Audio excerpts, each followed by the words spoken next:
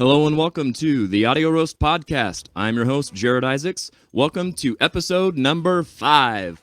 We're happy to have you along board here with us today. I'll first and foremost want to say Happy Father's Day to all the fathers out there. Thank you so much for all that you've done for so many people. I've got some special guests here with me today. So before I get into introducing our guests, though, as I always like to start the show off with, I'm going to recap what we did last week in case you missed it.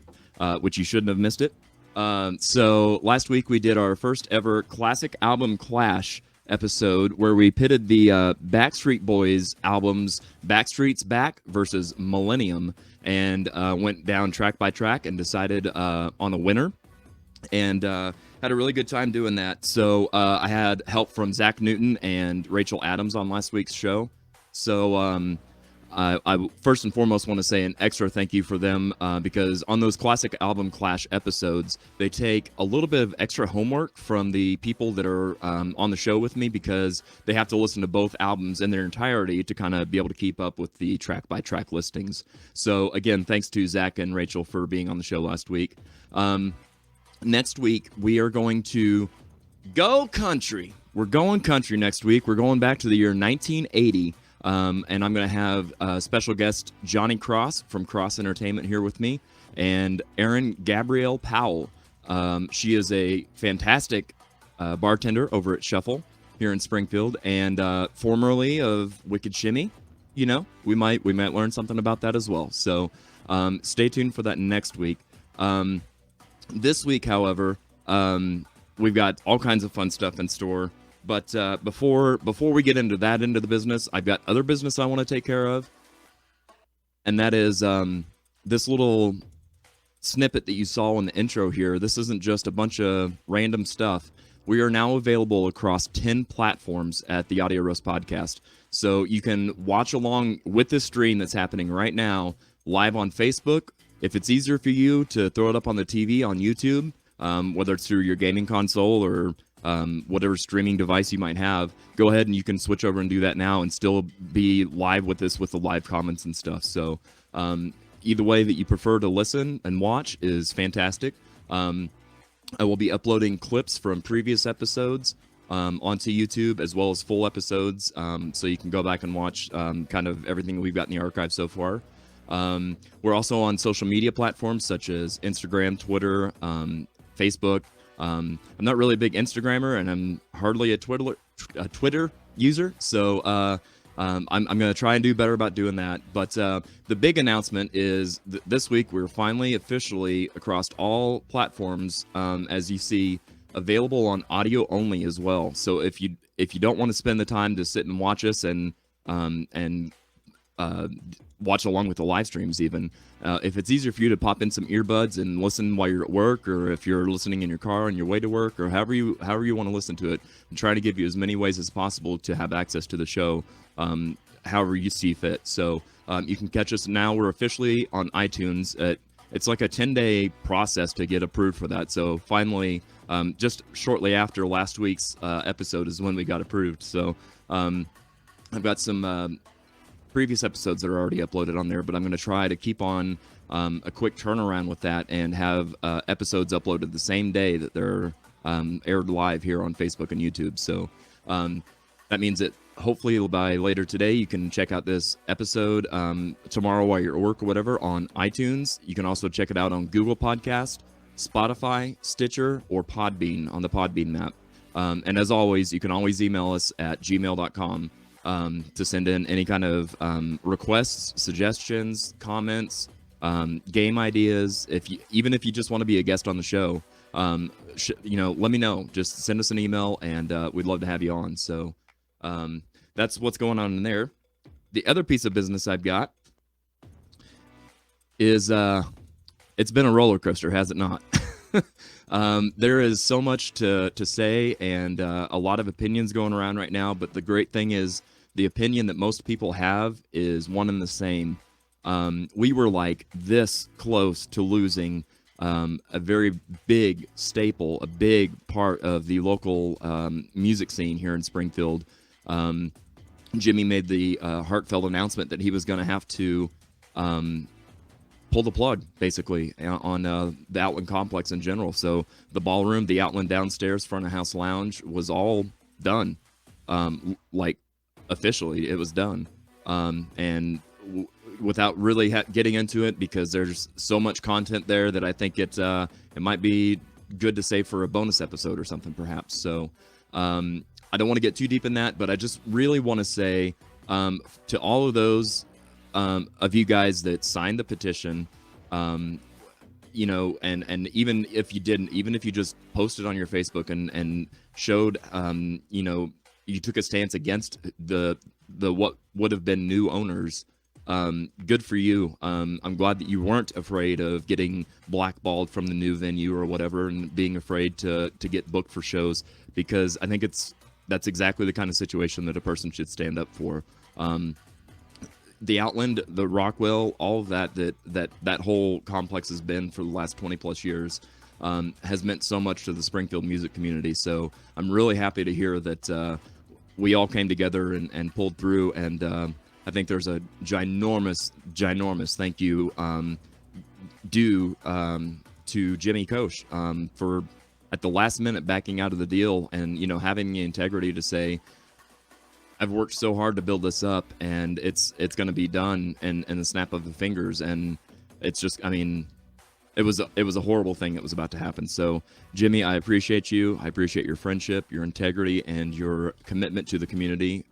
You mean a lot to us, and so there's a lot that still needs to be done, and we'll talk more about that later. But yeah, I'm just really glad that didn't exist, and now we just get to see this. We get to see the Outland still exist. So so that's that. So that being said, that's about all the business I've got today. I want to go ahead and start the show off, and want to get to my guest today that I've got with me. So first of all, I want to say Happy Father's Day to both my dad and Russ Fratti, who are my guests today with me. And I really just kind of wanted to take a random type year to kind of go back on, and so I chose 1966. So today's episode will be all things rock music from the year 1966. So let's go ahead and get it kicked off. Our first guest has been friends with my dad for over 20 years. He's played music with my dad, and I'm really anxious to hear kind of how their paths crossed and how they came together to form a band that they were in for several years. He now is in his own band, though. It's called Inflection, and so you could check them out on Facebook and kind of get a feel for what they're about. They're looking to start taking bookings and whatnot. So give them a quick look, and I think you're going to dig what they're doing. I know I sure do. So without any further ado, please welcome my first guest, Mr. Russ Fratti. Russell, how's it going? Well, man. Hey, thanks for having me on here. I appreciate it. Absolutely. So, Russ, now, I just want to, we'll try and go kind of chronologically in order with the Russ story here. So real quick, just some easy questions. How old were you when you first started playing? You play bass. So how old were you when you first picked up the bass? Oh, gosh. I'd say had to be in my early 20s, probably. Yeah. 21, 22, I'd say. Very cool. What kind of inspired you to pick it up in the first place? Do you know? You know, I've always followed music. 80s, that was the ultimate decade for me. Yeah. Guys, Steve Harris, Ian Hill, those guys. I mean, they kind of led me in that direction. Absolutely. Very cool. And we kind of went from there, So once you picked up that bass in your 20s, like how long before you actually started in your first band? It wasn't too long, probably a couple of years. Yeah. Yeah. Very cool. I was in a band called Crimson Steel years ago in the very early 90s. Are you serious? Yeah, oh, yeah. Are you talking like with Ernie and everybody? Oh, yeah. Oh, my God. You have no idea how much you just blew my mind already. Like, the show's already off to a great start. I had no idea you were in Crimson Terry Steel. Jones, yes. Ernie, Gary Cox. Holy cow. Do you have any footage of any of that, or any audio of any of that? I do. I have lots of video, but unfortunately I didn't bring it this time. That's all right. That's all right. So that just means we have to bring you back. Absolutely. I mean, I'd love to come back, absolutely. sure. No, dude, you blow my mind. So Yeah. there's a whole tie in there. I don't know if you even are aware of. Ernie, who used to own the music store there in Uh-huh. town, that's where I got kind of started and actually taking drum lessons and stuff was through Ernie, Really? and that's what actually got me started in my first actual legit band and stuff was from Wow. working there and taking lessons and stuff. And yeah, no, I know Terry and like the whole crew. I had no idea you Oh were an yeah. alumni of Oh Crimson yeah. Steel. Yeah. Wow. And then I actually met Terry. We worked at one of the factories in town, and that's how I kind of got interacting with Right. those guys, and I just took off. Wow. It was Yeah. a lot of fun. And man, what a voice he had. I'll Oh never yeah. forget him singing Yeah. like AC/DC and some of that stuff. Like just, He even threw in some pretty good Axl Rose, yeah, for man. sure. Yeah, it For was a sure. hoot. Yep. I So enjoyed now every when you minute were out of there with that. them, were you guys writing originals and stuff too yet? Yeah. Or Oh okay. yeah. Yep. Yeah. Terry. Actually, when I came on board, Terry and Ernie and Gary, they already had some stuff lined out and some good original stuff, and Yeah. we took off with that. And then we were doing several covers from Poison, and some of the '80s stuff. Motley Crue and some Guns N' Roses. We did some cover stuff from that. But Very cool. yeah, for sure, man. Wow. I Yeah. can't I can't tell you how much you just blew my mind. I had no idea that you had that link. Oh yeah. Huh. Wow. Very cool. So in your first band, like what kind of venues and stuff were you guys playing out around there? We're basically most of the stuff we were doing were it was parties, wedding receptions, the usual Right. first gig thing, Yep. Yep. all that. But yeah, we did quite a bit of that. Very And, cool. So you're around a lot of friends and family and stuff oh that were yeah. there to support you and Hmm. stuff. So how long before you Absolutely. started venturing into bars and that kind of stuff and getting into that kind of scene? I actually Was it with Crimson Steel that you did that or not? no, I actually I left them at and kind of was trying to do my own thing, better learn my instrument, Sure. and maybe changed employers, that sort of thing. And then actually I ran into an old friend from school, Jim Shahan, matter of fact, Yeah. and then we started playing together and kind of got into the Southern music. And Ernie came, left Crimson Steel, and he started playing drums for us, and Huh. we were kind of doing the same thing, rolling into the parties. And then we got another guitar player, Yep. Jesse Platt played, and we were doing pretty good. And Yeah. then Ernie, he decided it wasn't for him anymore. I don't know if it was the style of music or what was going on. I know his parents had some health issues, and Right. and Yeah, there's a lot of gaps to fill in there, and I think oh I yeah. might be able to kind of help fill some of that in because that's kind of the time frame where I kind of entered the picture as Hmm. far as when Ernie was out and Dad was in on the Hmm. band and all that, and then it was very shortly after that that I met Ernie, so I kind of have an idea of what was going Hmm. on in his life and stuff at that time. So when we get to the Southern Junction end of the Uh-huh. story, we'll venture into that. But yeah, man, that's really cool. I cannot Yeah. believe you were in Crimson Sure Steel. enough, That's really man. cool. Yeah, I got some cool video of Y- it and some pictures Well, and and I stuff. know that you guys made waves for a long time Yeah. in Ava and in that surrounding area because I mean 10, 20 years later, it's still being talked about and Oh like yeah. it's really cool, man. Very cool. So also with us today, the man of the hour is my own dad, Mr. Darrell Isaacs. Happy Father's Day, amigo. So, Dad, how's it going today? Oh, Doing all right? doing good. Good deal. Glad to have you for sure. So I'm gonna do the same thing with you. Kind of go in chronological order with your story and musical journey. So tell me about when you first started playing drums and kind of what was it that really kind of inspired you to play drums and stuff? I know music was a big part of your family growing up. So Yeah, actually, when the Beatles first came out on the Ed Sullivan Show back in the day, well, I can't remember what year that was, 66, I think, maybe. Might be wrong. that's Maybe 64. early '60s, early to mid '60s. Yeah. Yeah, Yep. maybe even earlier than that. But anyhow, I was a young kid and seen Ringo on there, and he kind of inspired me. And I went and got some cardboard boxes, pots and pans, wooden spoon, and I kind of built my own drum set. And I was a pretty young kid back Yeah. then. But Right. later on, my brother, he was in a band, and he had a set of drums. And when he'd leave the house, I'd sneak in his room, and I'd sit down on the drums and start playing them. And Oh, really? I Wow. loved them. Very cool. So he had already bought a drum set when you started playing on the pots and pans and stuff, or No, this is a few years later. Gotcha. Years later. I was probably junior high school at the time I started sneaking in playing his. gotcha. So what kind of drum set did he have that you played on? I think he had a set he ordered from Sears catalog. Really? Okay. What did it look like? There's white glitter. White glitter. Very cool. Very cool. Yeah. So, and then I guess that's something too that's really got to be taken into consideration. Like you guys lived in a family home and you were making all this noise and stuff, and nobody ever minded all the contraptions and with the pots and pans and the drum sets and all that. Well, when I was finally started playing drums on a kind of regular basis, I played along with a record player. Uh-huh.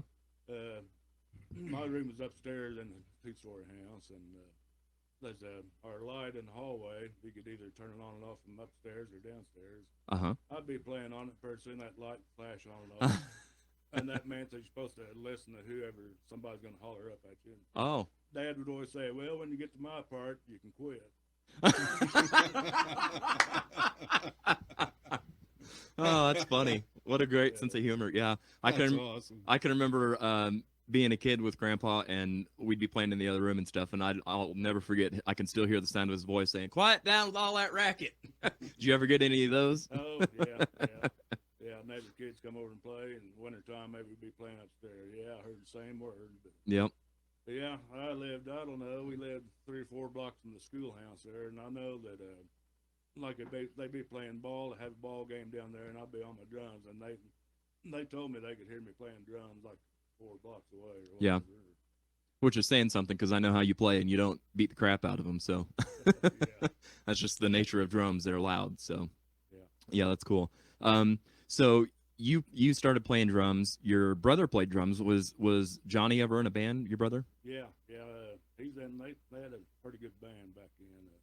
They played around the area. We grew up in north central Missouri. Uh-huh.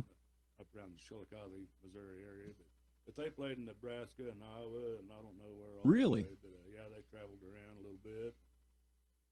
The band, their name back in those days, it always something and the somebodies, Like, Okay. their band was Gaylord and the Night Rider. Gaylord and the Night Riders. Very cool. And yeah, actually, I brought one of the shirts. They had a reunion. They got together, I think it was back in '99, and played at our annual hometown Really? homecoming. Cool. Wow. That's amazing. And you said you have a shirt of theirs. They like had merchandise and stuff, I guess. Yeah, it's Wow. That's Night Rider awesome. reunion. Yeah, check that out. Oh, Very cool. '96. I guess. 96. Yeah. Huh. Yeah, some of that's kind of deceiving. Of course, Wheeling, Missouri, that's where we grew up. Right.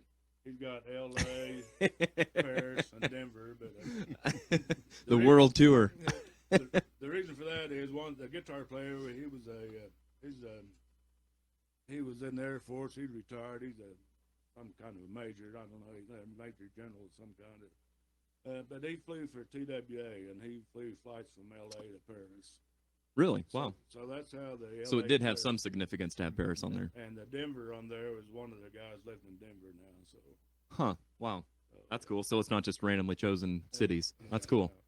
Very cool. So, how old was it when you got your first drum set? How did that all come about? When did you guys share a drum set for a long time, or when did you actually finally get your first one? Seemed like my brother bought another set, and I got his old set, if I remember right.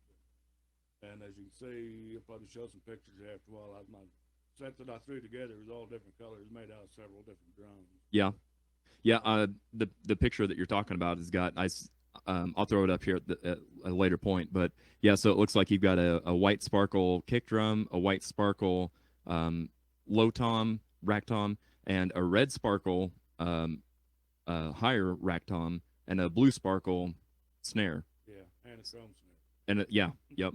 So there's a lot of sparkle going on, and you can definitely tell it's the '60s. Red, But white, and blue. yep. So what do you know? Whatever happened to any of those? I think actually, didn't I donate those to you at one time? Seems like. Well, I haven't seen the rest of that drum set. I've seen the snare drum because you gave me that. That was what I ended up with as a first drum set. And like I said, I've never seen the white kick drum. Oh, yeah. I don't know. Probably long gone. Oh, hey, look at there. Yeah. there's Cool, mine. man. Red sparkle. I'll be darned. That's like Still got mine. looks like a bass boat, Yep. man. It's got Darrell and John Isaacs John That's Isaacs, cool. on an MFA sticker that you use for your kick drum. Yeah, pad. yeah. Yeah. Look at the sparkle, man. That's awesome. I'll be darned. That is, so I've got a shop there. I've got all my music equipment, like all my speakers and stuff for Sunset Productions. That's my prized possession when you first walk in. That's one of the first things you see. So, Very yeah, cool. I've hung on to that and cherished that. Yeah, no, you gave me that, and you gave me the blue snare that's pictured in this picture. Like I said, I'll show it later. But and that and a hi hat, and so I had a 3-piece drum set as my first drum set, and I'll never forget. I had it set up in the garage, and with only a 3-piece, there's not a lot you can do. You're pretty limited. So of course, the first song I learned that I'm like, okay, I've got everything I need to play. This was "We Will Rock You" by Queen. So that was the first song I ever learned to play on the second generation drum set that I got, and Cool. I still have it. Still have the hi hat stand and stuff that you gave as well. So yeah, it's definitely stayed in good hands. So and yeah, I definitely appreciate that you've passed it down. Um, so you got your own drum set and stuff. When was your first band, Dad? Well, we had a couple of bands in high school. We didn't have many jobs to play. I think one of the bands we played our, I think it was my senior prom. And probably that's about the only gig we had. Oh, really? But before that, we had another band. It's kind of funny what the name. Growing up, my brother gave me the nickname Pork in the hometown. Uh-huh. And even today, everybody calls me Pork up there. Anyhow, we had this band, and we didn't know what to name ourselves. And either me or somebody commented, well, let's call it Pork and the Beans. And so, Like you said, it always has to be a name and the. Yeah, right. That's how it was back then. So that's what everybody knew is by Pork and the Beans. But that didn't really last long. Yeah. And our next one was this is the one we played in our prom with, American Revolution. So I had to get a fancy shirt to wear for that. Oh, wow. Check that out. That's cool. Wow. Yeah, So just a button up. still got it. Wow. Yeah. That's amazing. That is cool. Huh. Now, did everybody have matching shirts, or were they all similar? Or No, I stood out in the crowd. yeah, well, that's the way to do it. I mean, if you're stuck behind a drum set, you got to stand out somehow, right? Yeah, I think I wore that and white pants, probably some white shoes. And Yeah. I actually had a flag tie I wore with it too. Huh. So, did you enjoy playing for your own prom, or were you kind of bummed that you missed out on the dancing and all the kind of the other aspect of Yeah. the No, prom? Well, of course, the only part I missed out on actually was the dancing. But yeah, no, I didn't. Back then, I was excited to play. Yeah. So, yeah, it's Yep. fun to play. For sure. I'll never forget being that age, early teenager and stuff, and getting around with your buddies and stuff, and making music happen together. There's something special about that. Yeah, my first paying job probably was when I was in college.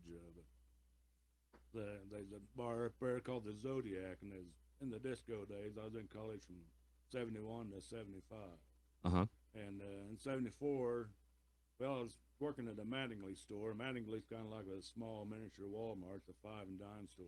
Okay. And just around the corner there was a Zodiac bar, which is the hot spot for the college kids.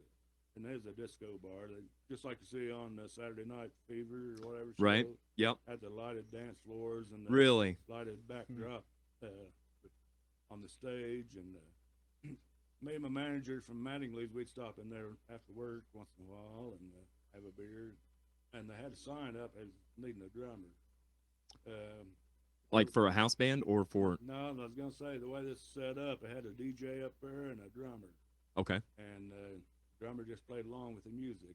Huh. And it actually made it sound like a live band. It's hard to believe. But So you would play along to whatever the DJ was playing. Right, yeah. Wow. Yeah, and so my assistant manager there from Mattingly said, you ought to apply for that. And I said, I'm probably not good enough for that.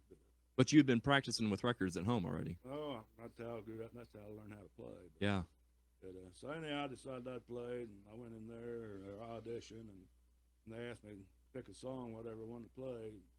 So I picked one that was on the radio at the time, and I never had played it before, but I really liked the song. It was Elliot Preston, Nothing from Nothing, Leave Nothing. Really? So Wow. that's what I auditioned with, and I got the job. So Yeah. like I say, Was this like, did you audition like before the bar opened kind of thing, or were there people there when you auditioned? Yeah, it was during the day. Oh, okay, yeah. And so yeah, I got the job, and real good paying job. Paid $1.25 an hour, and all I could drink. Wow. Very cool. So did you keep your job over at the store No, as well? No, I left. Huh. I quit as soon as I got my drumming job. That's cool. Yeah. But yeah, and I go down on they had band nights on Wednesday and Saturday. House band, Survival was the name of that band, and they was super good. They was really good. Wow. And so this was like just right after your college years or during It college? was during college. Oh, okay. So 71 to 75 then. Yeah, my junior year in '74, I think when I started, and in 1975, I got a teaching degree, so I had to go student teach in '75 in March of '75. And the buildings is like I don't know, like probably downtown Springfield, where it's one building stuck to another, Right. just side by side. Yep. But the Zodiac was the next building next to it was a fire station. Okay. And while I was gone student teaching, the Zodiac burnt down to the ground. Wow, that's a horrible fire station. Yeah. I mean, it's right there, right next door. I mean, That's unbelievable. just Wow. like downtown Springfield, where they're Yeah. built Like, yeah. together. So imagine for the Springfield people here, imagine South Street and like just, the Outland or Nonus Cafe or something, and it just right next door to a fire station, it burns. That's nuts. Yeah, but luckily when I went to student teach, I didn't get my drums out of the place and took them with me. But Good. Very cool. yeah, the DJ he'd throw on a record. I never knew what he's gonna throw on. You just had to be ready. Wow. And a slow song or something like that they didn't want to play, I'd take a break. Yep. But So it was still pretty low pressure. Like you didn't have to, like if you didn't know it or if you didn't feel comfortable with it or if you were bored with it, you could just, belly up to the bar or whatever and start on your tab, I guess. yeah, pretty well, yeah.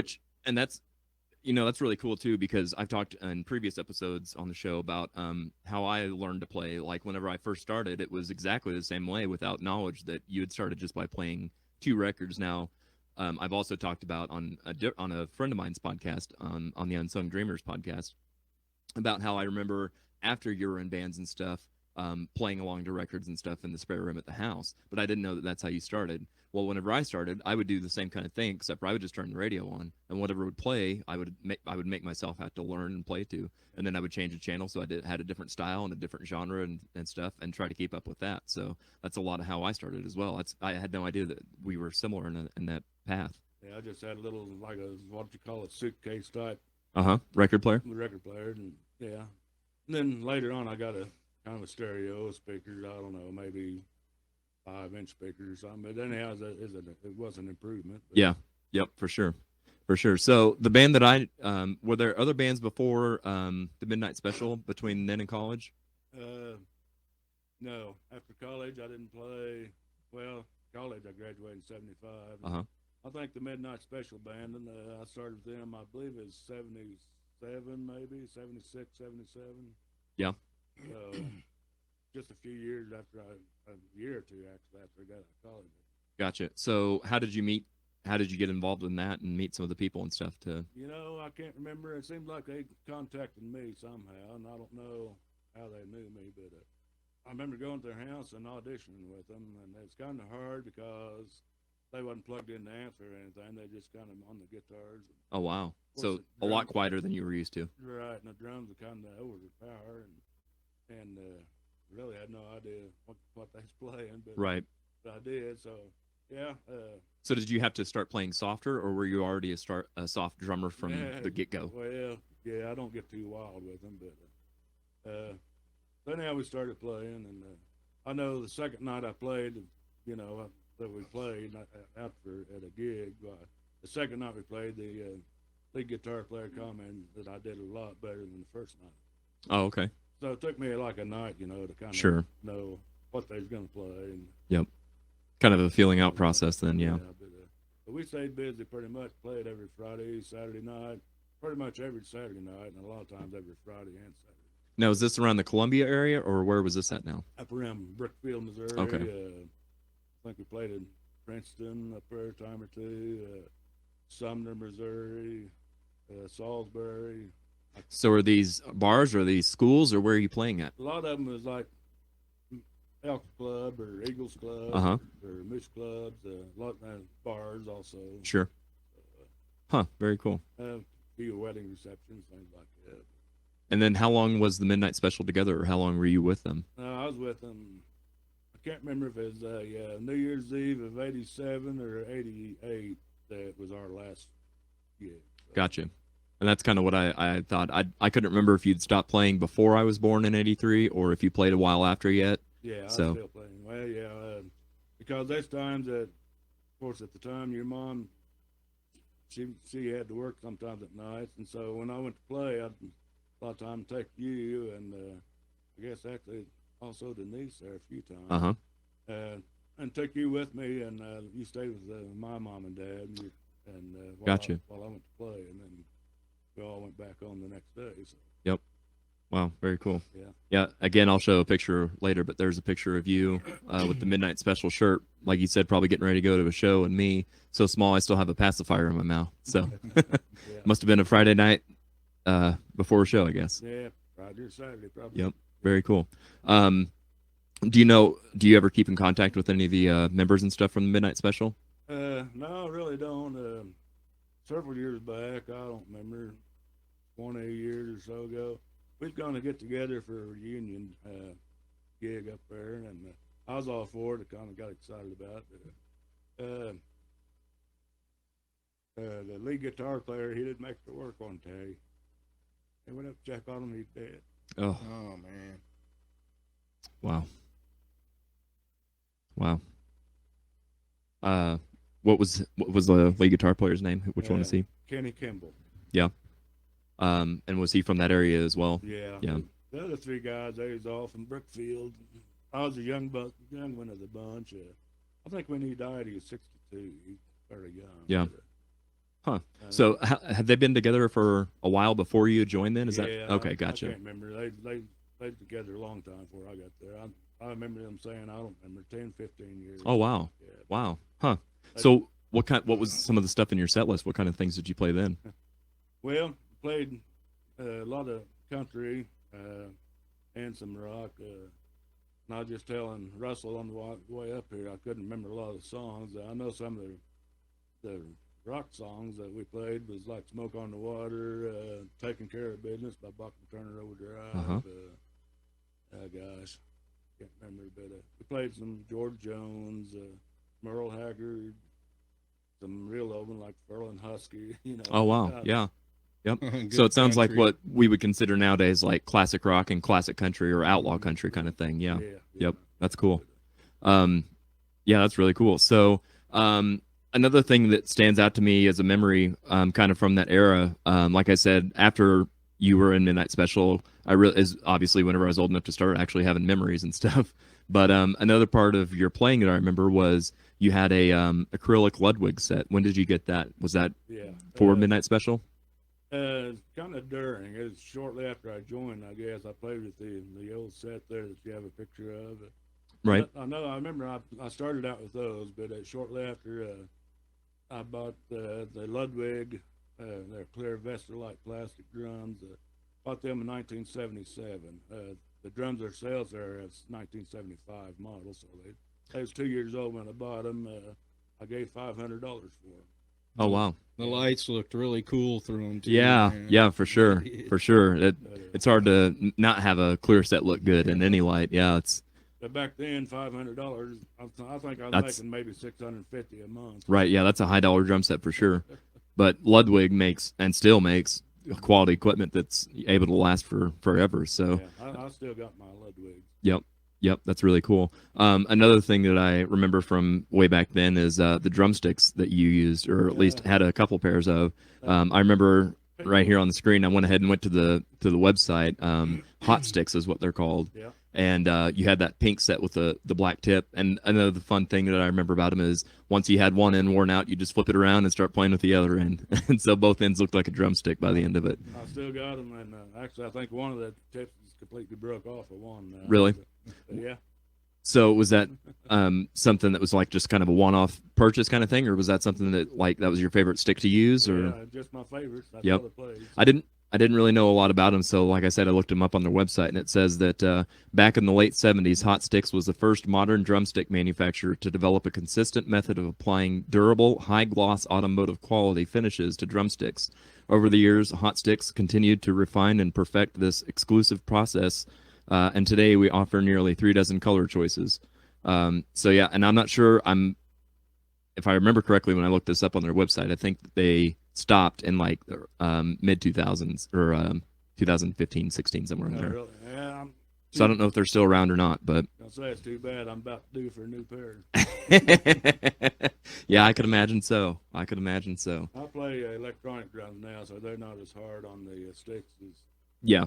what you'd wind up with the cymbals, mostly. So. Yep. That's very cool. So after the midnight special, then I know that you still played a lot on your own, kind of going back to what as you started with, just playing along with records and stuff. So going back into where we were with Russ, how did that happen? How did you hook up with the Southern Junction Band? Gosh, I don't know. If I remember right, I was working part-time at a liquor store just south of the house, and I think Russell stopped in once, and I think we got talking music. Just to buy soda pop. Of course. They always had the best deals on the soda pop. Yeah, and I had card him, but anyway, I think he was asking about drummer or something. I think I said, well, I kind of messed around with him a little bit. If I remember right, and maybe I'm wrong, but I think that's how it worked.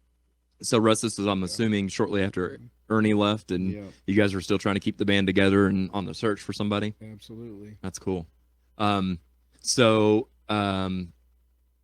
Obviously, at some point, a first practice happened. So how did that go? Did it feel like it fit well for both of you? Was it kind of like yeah. what you were saying, Dad, with it took a night or a practice or two to kind of get the wheels going?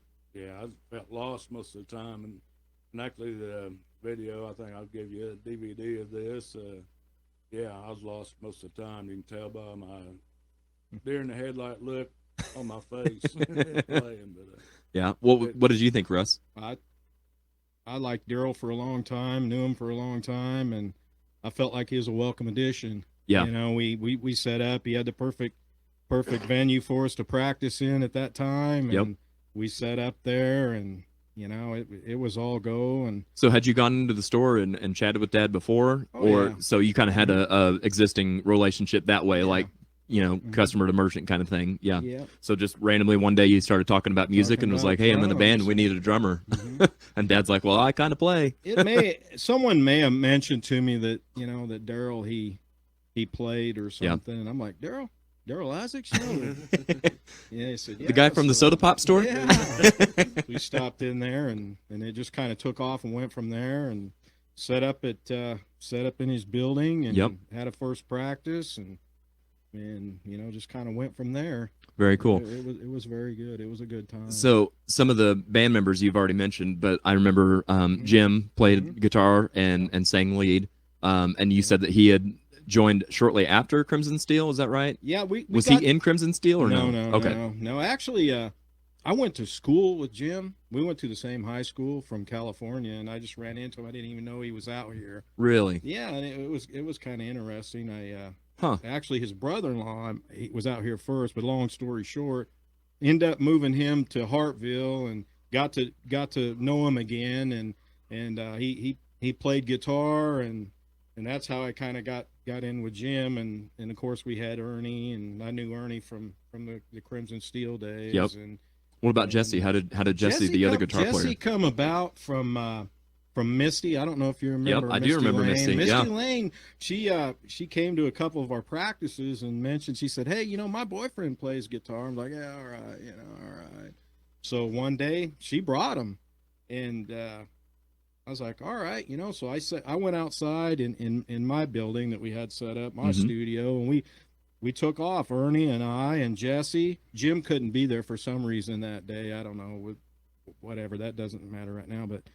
We took off. I couldn't believe it. He was an amazing guitar player. Very Phenomenal. Yeah, I mean, just unbelievable. And I don't know how old he was when he joined you guys, but to me, in retrospect, he seemed young. At that time, I'm going to say Jesse was around 19. Really? 20. Wow. Yeah. That's awesome. Yeah, and he played a 63 Stratocaster that was unbelievable, and I mean, he was amazing. He was an amazing guitar player. Yeah, for sure. And that's how we hooked up, and pretty soon, of course, Jim, we had our practices, and we took off and started playing, and then we played parties and the whole 9 yards, played a wedding and different stuff. Well, then Ernie decided that it wasn't for him anymore. Right.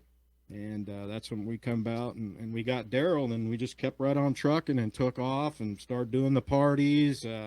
We did another wedding and receptions, and yeah, it was Wow. it was a great time. Very cool. So while Ernie's still in the picture and as he's leaving, I don't know exactly what year that would have been. I'm trying to do my math real quick. I'm going to say 96, 97, maybe 98. Okay. Somewhere in there. Gotcha. Because it was around 99, 2000, I believe, that I first met Ernie. And that was because he had his own music store there in town. And so I lived catty corner from the block that he was at. And so I would be that pesky kid that was in there all the time asking questions and stuff. And, just kind of fascinated by it because I grew up with, Dad being a musician. And so there was kind of that bond there. Yeah. And so I talked a lot of music stuff with Ernie and whatnot, and was able to learn that like his favorite band was Motley Crue. So I can already hear that kind of doesn't necessarily match up with Southern Junction. So that could be a big reason. I know he also has a very religious family and stuff, so I can see maybe that kind of came into play at some point too. But also the obvious, he had a music store and he also had a photography studio. So I think in creating two businesses and at the same time and whatnot, that probably just got to be a lot on his plate. Again, I know that there's a few years between that, but I'm sure the idea was going and he was getting stuff lined up. The Southern thing, it come along with Jim. Did Jim kind of brought that into the picture. I was my creativity was trying to move around and do some different stuff, and Jim brought the Southern thing and the 70s hard country, the Waylon, the Hank Jr. and all that stuff, and that's how that come about. The Skinner, the 38 special we were playing, all that. Darrell might be able to help me out on some of these dates. I'm not sure, but I'm relatively close on it. Yeah. Yep. Very cool. Yeah, I think the DVD that I think it's dated like March 25th of 2000. I think. Yeah. It was our first. Okay.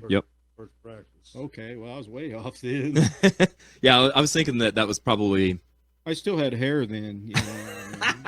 That's why you wear a hat. Yeah, that's right. Exactly. That's right. I had my hat on. Oh, good stuff. So, I remember, like you said too, Russ, you guys playing parties and stuff. I remember going over to Jay's and playing over there a lot, and just even like I'm assuming there were just practices that you guys had at like Dad's garage or at your place. And to me, that was like a show. Just seeing a full band live. Right. That was the first time I ever actually saw a band in person like that close, kind of thing. So that was my first exposure to that. So I fell in love with you guys immediately, and then just the kind of music you guys were playing really jived with what I was digging at that time. So yeah, it was a lot of fun. A lot of fun. Besides parties and stuff, did you guys ever get out and play like bars or Eagles lodges or anything like that? Or no, I did that later on. I went that route, but at the time we were doing the Junction thing, it was just mainly parties. And then Jim got into where he had his work and his employment, and that kind of restricted some stuff that we were able to do too. Gotcha. Yeah. Yep. Yeah, that DVD actually that's probably your very first video experience because you ran the camera. Oh, really? Yeah. Wow. Yeah, I forgot about that. So immediately I've forgotten all about that. And as soon as you said that, I do remember that. And I remember turning the camera upside down and a lot of zooms and a lot of, oh my God. Yeah. Ooh, I think boy, I've come a long way. My son's in there and he's, I don't know, a couple of years old, barely walking. Yeah. And he's I can remember 22, almost 23. Yep. I remember both of your kids being little kids. Oh, yeah. It still blows my mind when I see pictures and stuff of them, and they're graduating and stuff. It's just, man, time doesn't slow down for any of us, does it? No. No, that's really cool. So you guys, how long were you guys together in Southern Junction with Dad? Darrell, you have to enlighten me. No, it wasn't a long time. A couple of years though, wasn't it? Yeah, probably a couple, 3 years. Yeah. Something like that. So then after, how did the ending of that all kind of play out? Was it everybody kind of done, or Dad, did you kind of bow out and do it that way, or? I think Jim kind of, his employment situation and everything, I think he was the one that kind of put the brakes on it. Yeah. If I can remember. As an outsider, that's vaguely kind of what I remember too. Yeah. He's done that to me a couple times. So do you keep in touch, either of you guys, with any of the other guys that were in the band? Yeah. I do. Darrell, I don't Yeah, know if you hardly. talked to Jesse or Jim. Jesse, isn't he living in Colorado or He something? lives in Arizona. Arizona. Okay. Yeah. Wow. And he still plays music. You know, we're in touch. Huh. Very cool. That's awesome. Mhm. I'm glad to hear that he's still playing. Yeah. He's definitely He's, he needs to be. He's pretty good. Yeah, for sure. For sure. Okay, well, so we're gonna do some more chatting and interviewing and stuff here in a little bit, but before we do that, let's go ahead and play some games. Oh man. Oh boy. I don't have my magic dice.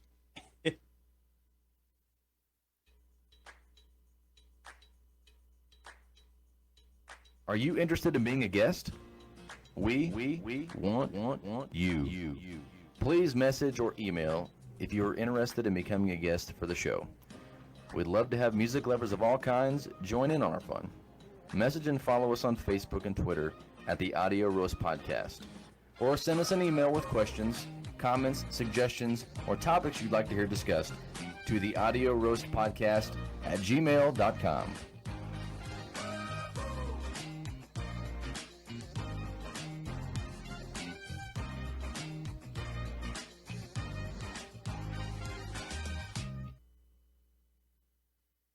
Okay, so before we play our first game here, Dad, you brought a DVD with you of you and Russ playing together in Southern Junction. So I'm going to see if I can get that tuned up here.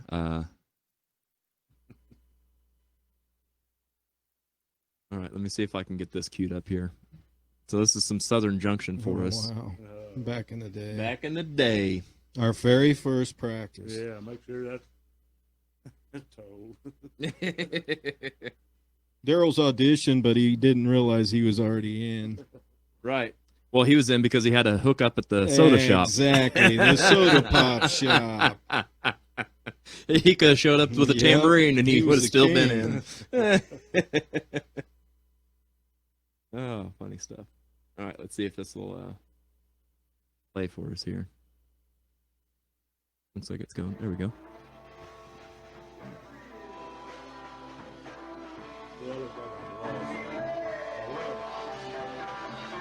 Russ, when's the last time you've seen this? It's been a long time. I Yeah. have. It's down at my lake house. Is it? Most of my DVDs are. Look at that young kid. Yeah, I got some hair, man. I got a porn stash. That's not a bad thing. We all had Muller. Got Jim. I guess, yeah, he comes to. Yeah? Well, Yeah, you're right. Look how Jesse's young. a hanging, man. He's hanging over. Yeah. Oh, man, that was like a Jesse thing, right? I felt like he lived life hungover a lot of times back then. Oh, there's my beautiful bride. Yes, Charmin. Oh, yeah.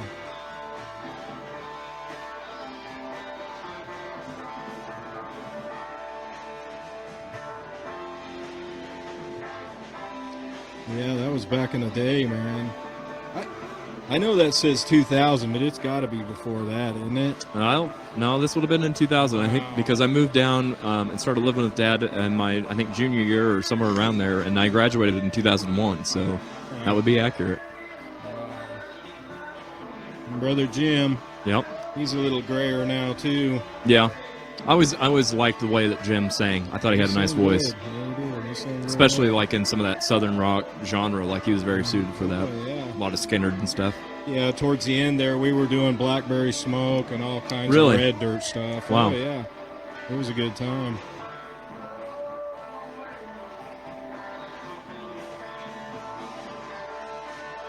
Yeah, that's pretty good. Wow. Been a long time ago. Right. First time we played with him.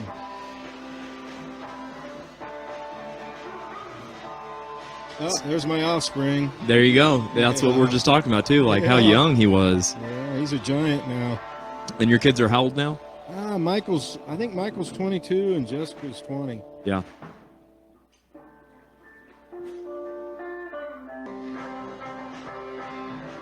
You're filming. Yeah. You know that? I mean, I guess I was doing some cuts back then. Yeah. I do remember, I don't know if it was just me playing around with the camera or if I was getting bored as a teenager or what, but I do remember at some point this is like Zoom City. So, yeah. Tom Hembry, if you're watching, don't judge me on my video skills on this one.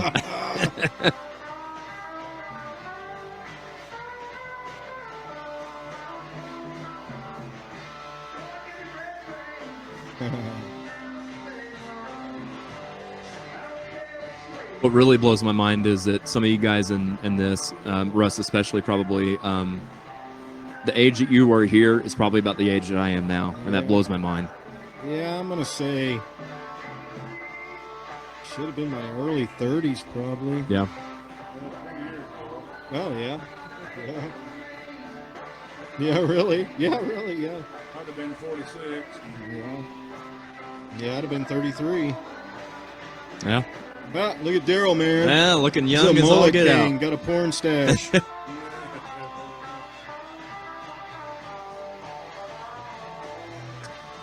So that's something too. Everybody used to, Dad as a school teacher, everybody used to call him the Hulkster because he looked like Yeah. Hulk Hogan, and especially you can tell whenever he had that porn stash, if you will, Yeah. which I think Dad's handlebar mustache now looks a lot more like it. I think that was I don't know how you let Charmin in. It looks like it was a requirement to have a big old mustache in the man. Absolutely. Yeah, it's been back in the day for sure, man. Yeah. I loved every minute of it. A lot of fun, Darrell. Yeah.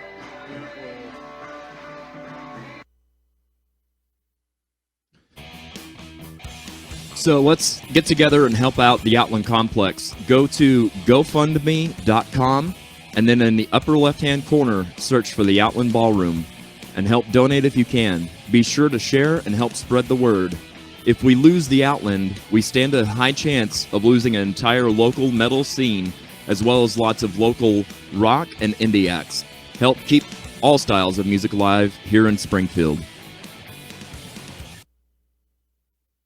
Okay, so let's play the game that we were talking about just a while ago that we are going to finally get to. So this is Tic-Tac-No. Let's go ahead and kick this game off. Okay, so there's our tic-tac-toe board. So what's going to happen is whoever goes first will pick whichever band, and that band will represent a song from that artist in the year 1966. And then it'll give you lyrics, and you'll have to finish the lyrics. And if you get that right, you get your X or your O on your spot that you picked. If you don't, then that spot goes to the other player. So let's see here. I guess to get us started, since it's Father's Day, Dad, do you want to pick an artist here, and we'll test your knowledge? Let's go with the Beatles. The Beatles. The Beatles. All right. Or as Ed Sullivan first introduced them as the Beagles. The Beagles, yeah. For sure. Okay, so Paperback Writer is the name of our song here. And the lyrics are, it's based on a novel by a man named blank. I should know it. Drawing a blank. I don't know. The only thing I can think of is Joe, and I know that's not right. Well, you're on the right track. It is a short name like that. Russ, do you happen to know what it is? I have no idea. No idea. Well, the answer is Lear. Lear, that's right. Answered by a man named Lear. Yep. So we're going to give this to Russ. Russ has got his first spot on the board here on the Beatles. It's O. It's 0-1. Okay, so Russ, let's have you do a pick. Who do you want to go with? I'm going to go with the Mamas and the Papas. There you go. Playing tic-tac-toe like a pro. So, Monday Monday by the Papas. Are you familiar with the song? A little. Little? All right. Monday morning, couldn't guarantee that Monday evening.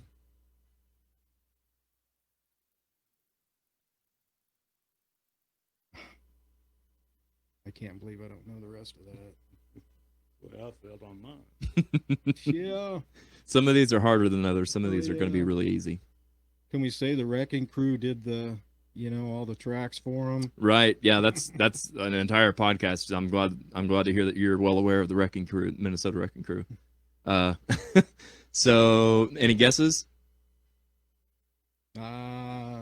Monday morning, couldn't guarantee that. Monday evening.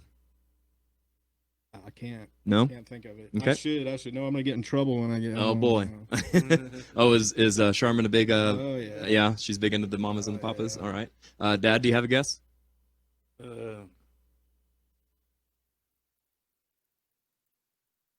I should know it, but I'm a blank. I don't know. Maybe it's the lights. Could be. All right, let's see what it is. That you would still be here with me.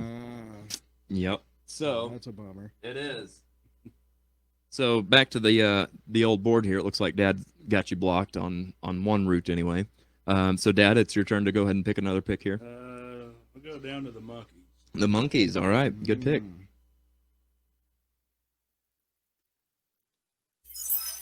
I'm a believer. Here's one that I think everybody's familiar with. So the lyric is, "When I needed sunshine, I got rain." boom, Oh, look at that. man, on it." And he's Didn't really know it. It just kind of made sense. all right. Yeah. Mhm. So it looks like Dad's got a path here that he's creating. So Russ, what's your move going to be? You going to block him and keep your These line boots going? are made for walking, man. Oh, is that what you think it's going to be? Yeah. All right. Let's fancy. see here. See what she was doing in '66. Yeah.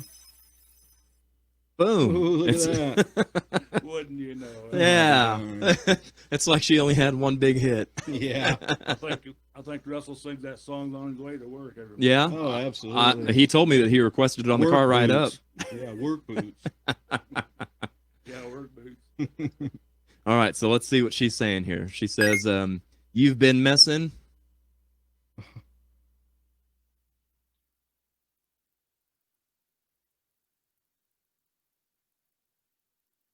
Where you shouldn't be, or something. Is that close? Oh. Where you shouldn't be, or You're really close. Yeah. I know. Okay, Dad, what is it? Where you shouldn't be messing. There you go. Oh, There you man, go. close. Man, I don't know who to give that to because Russ had most of it, but Dad did get all of it. Ooh. Oh man. I think I'm gonna have to give that one to Russ just because he did get the majority of it. But Hey, it's Father's Day. yeah. Well, you're making big moves on the board here, Dad. We gotta help Russ out where we can. Yeah, but I needed that center square though. Yeah.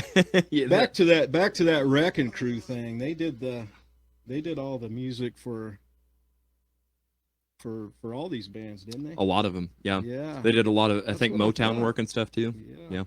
Yeah, because I think the Monkeys. I don't even know if any. of I them think the actually- Wrecking Crew did I stuff for don't the think- Monkeys I don't too. think they actually even played anything. I don't think. Yeah. I don't think so either, Dad. I'm not sure that they did.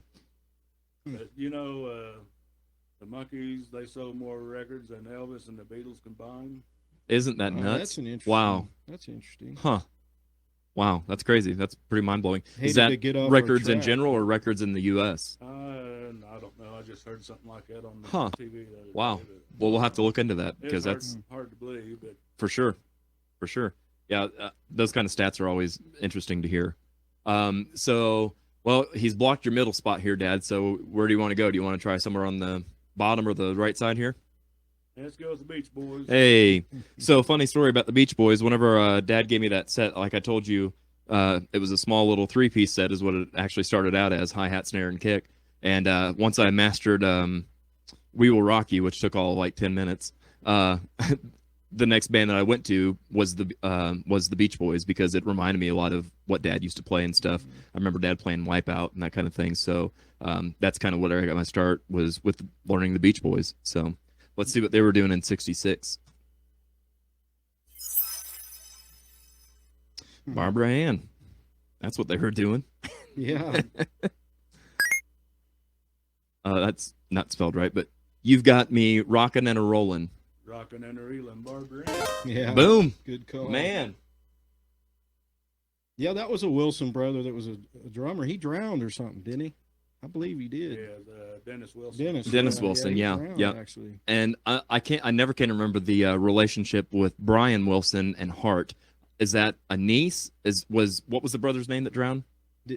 Dennis. Dennis, yeah, I Dennis. believe that Dennis would have been Ann and Nancy Wilson's dad, because I Really? think Brian Wilson from the Beach Boys was the uncle to the Hart Girls. Yeah. Did not know that. And then the country artist Gretchen Wilson is a niece or something to them. Huh. So it's like a 3-generation. Sure is. That's Yeah, amazing. it's pretty wild. So I get bonus points for knowing Dennis Wilson's name. You know what?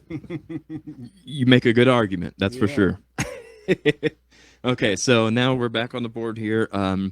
Russ, what do you think? Where are you gonna go? Oh man, I was only the association, I guess. Okay. Oh boy. Let's see what we've got with the association. Yeah. Easy for me to say. And then along comes Mary. After Barbara Ann, along comes Mary. Yeah. Wow. When we met, I was sure out to lunch. Now my empty cup. Wow. It's full to the touch or something. I don't know, man. Okay. I'm lost there. Well, we're learning why you play bass. Yeah. For sure. Come on, Darrell Isaacs. You know this. Let's see if Dad knows it. Not ringing a bell offhand. That's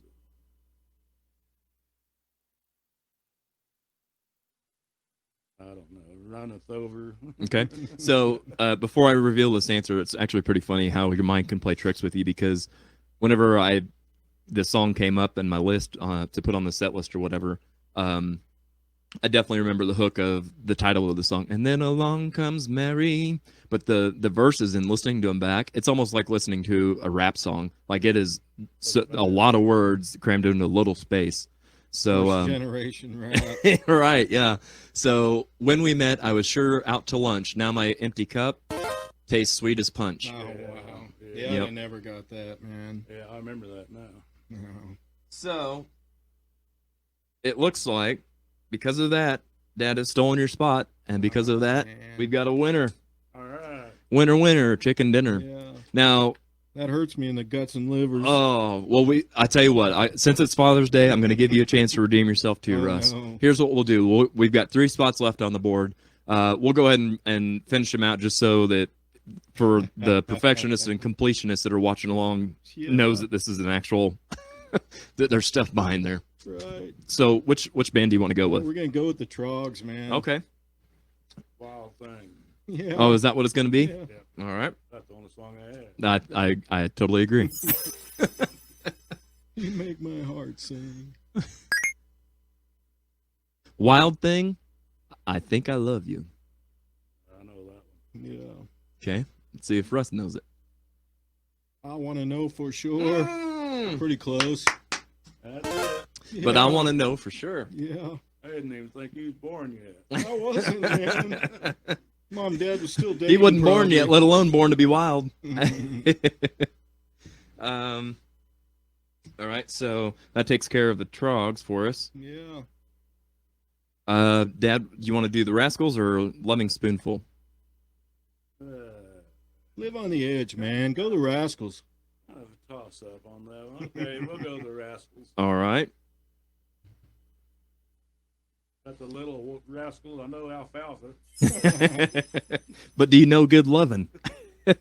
All right, so this one is, are you familiar with the song? Yeah. Good Love. Again, that's a. I said, Doctor, Can you tell me Mr. MD, can you tell me? what's ailing me? Hey! Yeah. All right, so it looks like, Russ, you're stuck with the Loving Spoonful, whether you like it or not.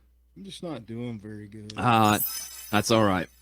Summer in the City. Now, this is a pretty popular song. Let's Yeah. see here. Now, here's a real test. We featured this song already on the show in our kickoff to summer series from I think episode 1 or 2. So we're gonna test to see if you know the song and if you've been watching the show. So, Hot Town, Summer in the City. Back of my neck's getting dirt and gritty. Oh Dirt man, and- yeah. dirty and gritty. Yeah. Okay, yeah. Again, close enough. I would give it to you. So, yep. So that is indeed Tic Tac No. All right. So that was cool. yeah, for sure. Lots of fun games, little segments and whatnot to be done here. So And I won, in case anybody Yeah, forgot. yeah. Right. Oh, yeah. Yes, of course. Of Yeah. course. So, since you're the winner, I'll go ahead and start with you on this. Something else that I want to make sure that we cover on this is you talked about growing up back in when you're living with your parents and stuff, and you've talked about sneaking into your brother's room and playing on his drum set and that kind of stuff. But there's another musician in the family. Do you want to talk about who that was and kind of the story with that? I guess you're talking about my mom. That would be correct. Wow. Yeah. Yep. Yeah, they had a band, Barney's Kitchen Band, Okay. and all their instruments was made with kitchen utensils. Wow. So modern day, this is what we would call a stomp band, where they're playing on trash. I mean, nowadays they would play on trash cans and that kind of stuff, kind of like the Blue Man Group and Yeah. that kind of thing. I think mom used a wash tub, and I can't remember. Some of them used a washboard. Yep. They had spoon players, I believe. Yeah, Yep. Can't remember. They dressed up old timey. They had the long dresses. I think some of them wore the bonnets and stuff. Oh, really? So they looked like they worked at Silver Dollar City or something. Yeah, pretty much. Okay. But they played, and they actually played at the place at Lake of the Ozarks, as Lee Mace's Ozark Opry. And they played there on stage once. Really? Once or twice, maybe. Okay. So they kind of hit the big time there. That's really cool. Yeah. Because Lee Mace's is like a show in Branson, or something like Okay. that. Uh-huh. But back in the day, that's one of the few shows they had in Lake of the Ozark area. So. Wow. So something that's really interesting for me, I grew up knowing that Dad played in bands and stuff when I was a little kid and before I was born, and it wasn't until like I was a teenager and like I already showed that Uncle Johnny, your brother, his name was on the drum set also, so I never really even still hadn't put together that both of you guys played. And I knew that Grandma had played drums and stuff, but for whatever reason, the whole time I was growing up, I just imagined that what you guys meant by that was like in school, like she was in a band or in marching band or something like that. But upon talking to you, and I believe in talking to Grandma, she was like in her 30s, 20s or 30s. Is that right? Yeah, that's probably about right. Yeah. So that blows my mind. So this is, had she had kids and stuff? Were you guys born yet before? Oh yeah. Because I remember watching them play at our annual Wheeling, Missouri homecoming. Really? So, yeah. Wow. Yeah, That's so awesome. So did you guys go and watch her play and stuff, or did you stay home with your dad and she went out and did a show kind of like what you did? Yeah, when they played at Lake of the Ozarks, I didn't go on that. I think my sister Joyce, Uh-huh. I think there's a couple of girls my sister's age, and they stood up there and blew bubbles while the band played. So Oh, yeah? that was her job. So that's why she got to go, I guess. So instead of having a fog machine, you had a bubble machine. Kind of like Lawrence Welk, but Uh-huh. they didn't have the machine, so they took the two little girls there with them Wow, that's really cool. to blow bubbles. So I guess if you wanted a smoke machine, you'd have to have some heavy smokers sitting on off the side of the stage. Wow, that's really cool. So did you got to see her play though? Yeah, at some other point. Yeah, just at the annual homecoming there. That's really cool. Hometown. Yeah, that blows my mind. So how long did she do that for? Do you know? I really don't remember. I'd say 3 or 4 years, if that. I don't know. Gotcha. So by this point, I'm trying to think of the timeline here.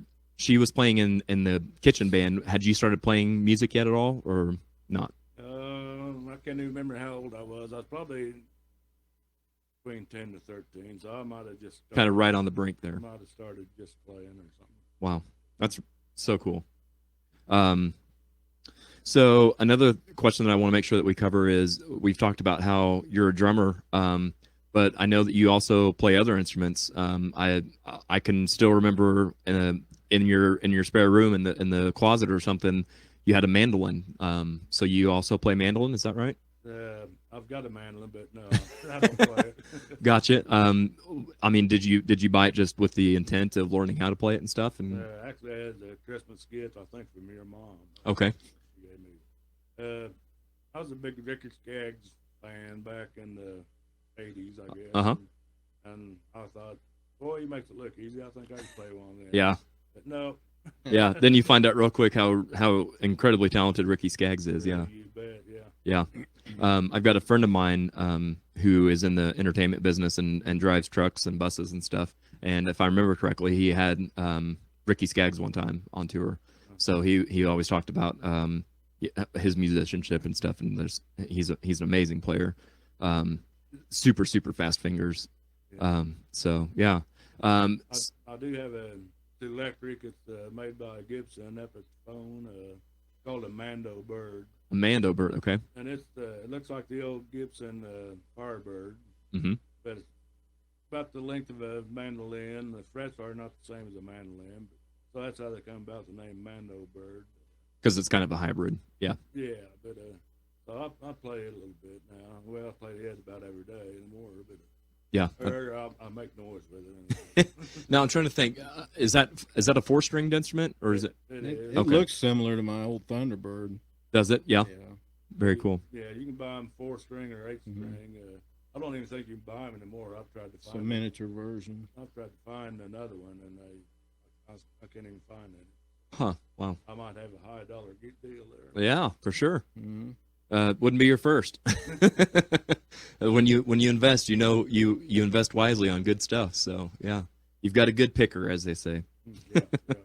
So very cool. So yeah. So and then do you still get behind the drum set at all? You said you have an electric kit. Do you still play that at all? Not very often. I don't know why I don't. I've got them set up and they're ready to go, but I got to playing the Mando Bird, and it's just easier to throw that on and Yep. play. Yep, for sure. And I still like playing on the drums once in a while. But Yeah. I don't know. I had a neighbor she lives about a mile down the road, and she once told me she can hear me play whenever I play. So. Oh yeah. Yep. Very cool. But yeah, I might play maybe once a month or if that, but on my drums. Yeah. Maybe once a month. Yep. And you still play along to records and stuff when you do, or? Yeah, CDs. Yep. Oh, you've upgraded to CDs, huh? I have, yeah. But now That's cool. Everything's going back to records now. But It is, isn't that crazy? Yeah. So do you still have your record collection? Do you still have a lot of that? I've got a lot of them, but I lost some. Yeah. Here and there. Yep.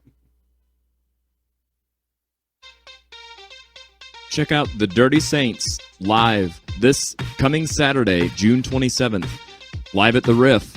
They are playing 2 separate shows. Thanks to local, county, and state regulations, there will be limited tickets available. Tickets are $10. The early show is from 8 to 10, and the late show is from 10:30 to 12:30. The Dirty Saints at the Riff next Saturday with Sunset Productions. See you there.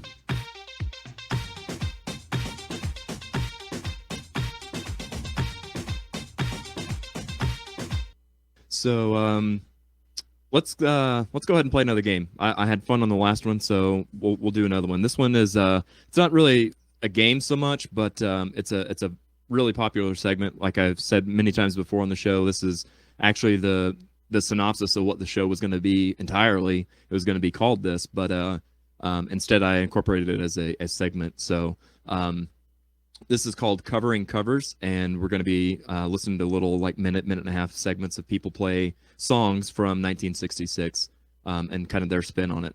So some of these, as always, are going to be really good, and some of these are going to be really awful. So we'll talk about as they're happening, like what it is that makes them good if they're good, and if they're awful, why are they awful? So this is going to be kind of like it's random. So you'll have to there'll be a randomizer basically, and you'll have to tell me when to stop, and then that'll cue the video up. So let's do some covering covers.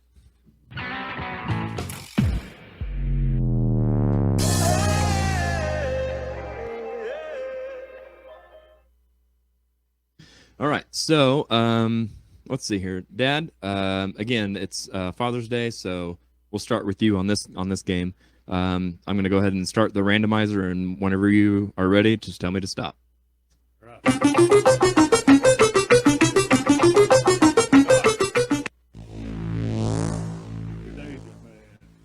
Secret Agent Man by Johnny Rivers, as done by Old Chevy.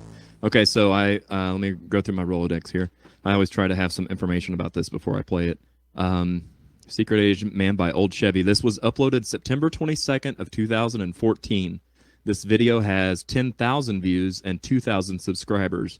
There's not really a lot of information about him, except for this was apparently recorded at a pub in New York. So let's check out Old Chevy doing Secret Agent Man.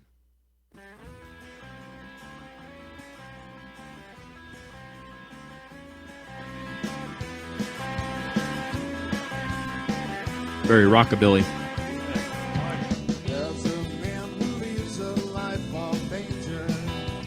Remind me a lot of the Stray Cats.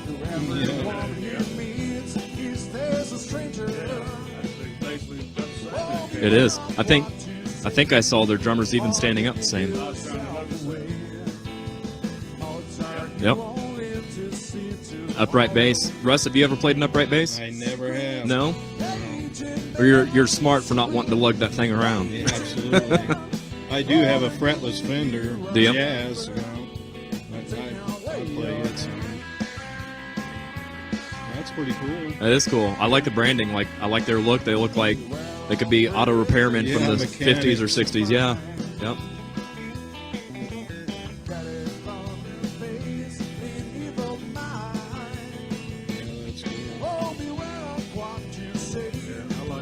Good crowd too. Looks like they're enjoying it. Yeah, I really like the Stray Cats, so yeah. I know. Yeah. Yeah, this is for sure up your alley, huh? Yeah, this song really plays well into that kind of rockabilly type style too. He's not quite as good as Brian Setzer, but Yeah. Brian Setzer's pretty good. Yep. yeah, They're probably playing at a car show in Pelosi's prison, California somewhere. Oh yeah. I bet.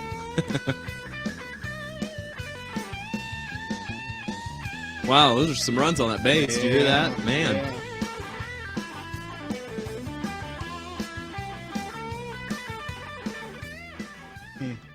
Wow. Very cool. I picked a good one. You Yeah, did. You did, man. You did. So no Right pressure on you, Russ. Yep. I want one just as good as that one. Yeah. All right. Tell me when, Russ. Stop, man. Cool Jerk by the Cretan, as originally done by the Capitals. All right, let me get my old Rolodex here. Cool Jerk by the Cretan. This was uploaded December 29th of 2010. This video only has 263 views, and they only have 31 subscribers. I say only, that's already more than I have on mine, so subscribe. So let's see how cool the Cool Jerk is.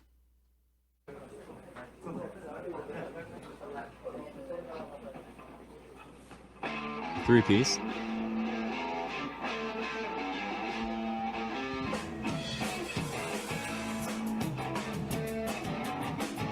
Playing a Rickenbacker. That's cool. Yeah. I don't know, man. Yeah, that's interesting. I like the original version better. I have to agree, yeah.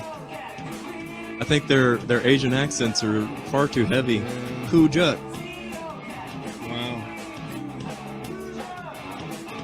What is the drummer's not even on time, especially on that kick drum. Boy, Russell, you picked up. Yeah, no doubt. Next. Hey. Oh, here's a big part. Wow. Okay, I've had enough. Wow, man. That was out there. Wow. Good pick, Russ. Yeah, thanks. I'm going to hear this all the way home now. Oh, Good yeah. pick. Cool Jerk. Oh, can we stop at Walmart and buy their CD? Yeah. Probably not. I would hope that they don't carry that. All right, Dad, let's throw back to you. Tell me when.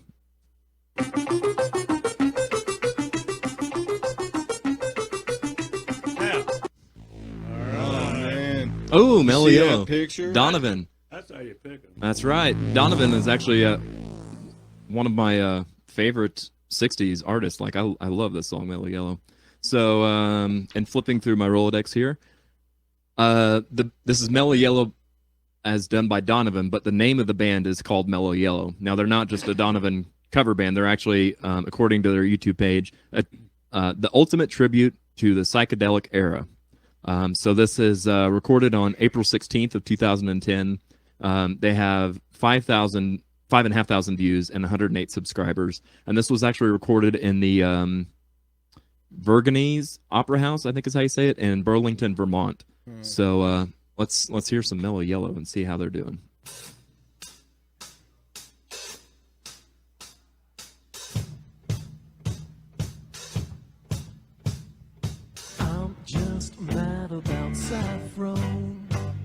about like the original. Yeah, very good. He's even got the backup dancers, the Go-Go Girls. I see some Sam the Sham or something influence there.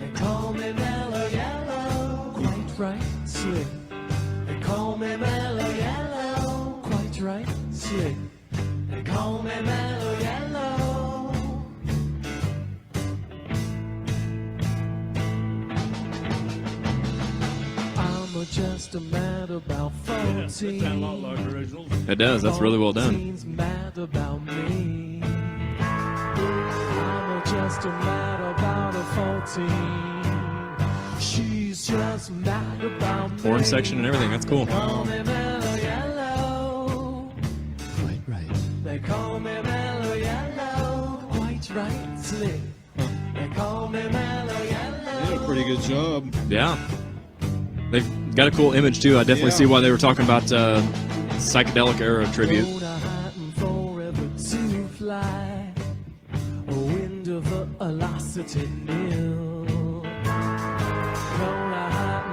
I appreciate that they actually got a horn player instead of a keyboard player to play that horn part.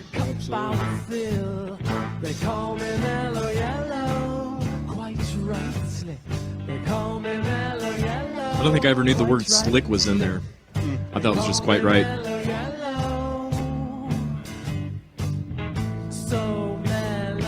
Here comes your big solo.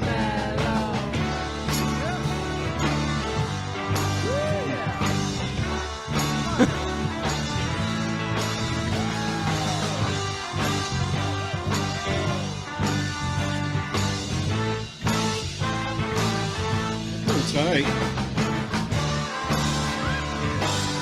That sounds like they'd be a really fun band to see live. Yeah.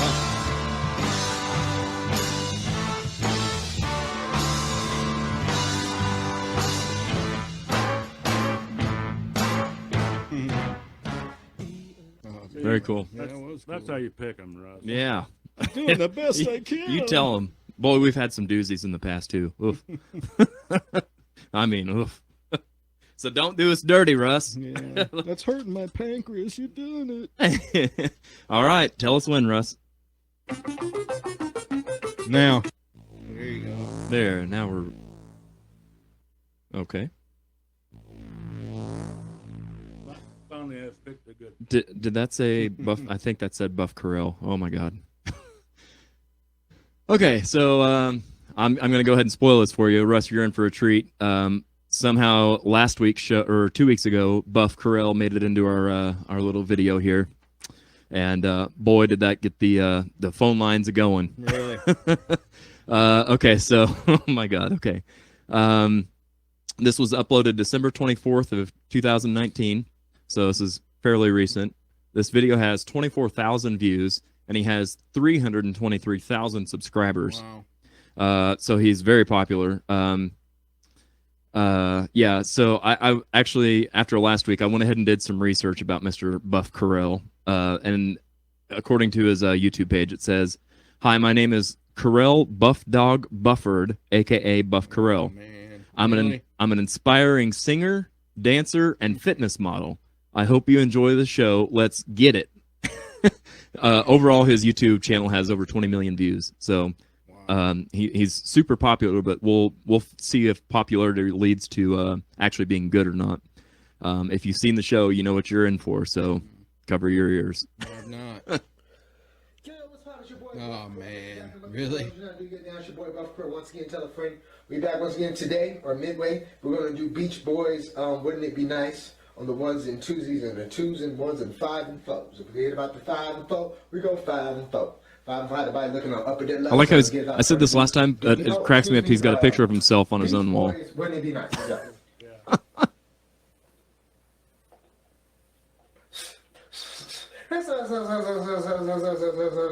Ready, set, go. Come on, Darrell. Doing this vocal warm-ups. Way to go, Russ. Wonder if Brian Wilson ever did vocal warm-ups like that. All right. Seizure. Really? Russ, what are you doing? Oh, man. Russ, is this how you got started in There's music? got to be some Ronnie James Dio on there or something. Some Pearl Jam or something. Not much better. We can say goodnight. I don't think Russell needs to play this game anymore.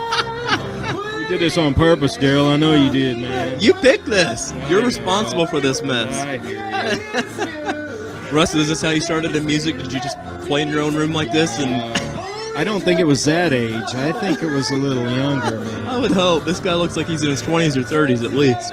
Maybe like 5 or 6. Listen at that. How many views? He's got over 24,000 views on this video alone. Jeez. Isn't that nuts? Holy cow. Crazy. So, like I said, he was in, I think it was on the 1970 rock year from the 1970 episode that he was on here. And as Gene Whedon, a guest on the show at that time, said, no singers were used in the filming of that video. Jeez. I believe that. Yeah. Oh, God. That's horrible. Oh, it's awful. Awful. Okay. We'll do 2 more. Russ, I'll give you, after Dad goes here, I'll give you another chance to redeem yourself. So Absolutely, please. Right, yeah. Okay, so Dad, tell me when.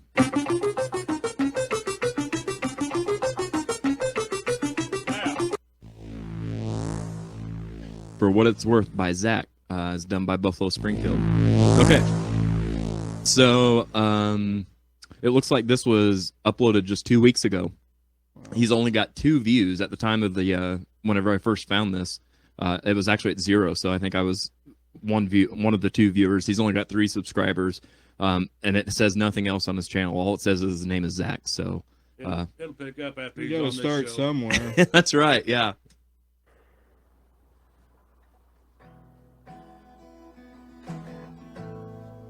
I think this song is very relevant right now, even still, which is crazy after over 50 years.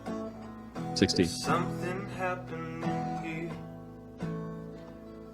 What it is ain't exactly clear. There's a man with a gun over there, telling me I've got to beware.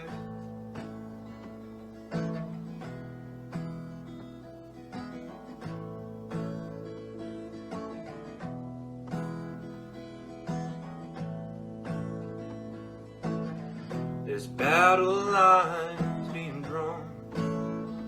Nobody's right if everybody's wrong.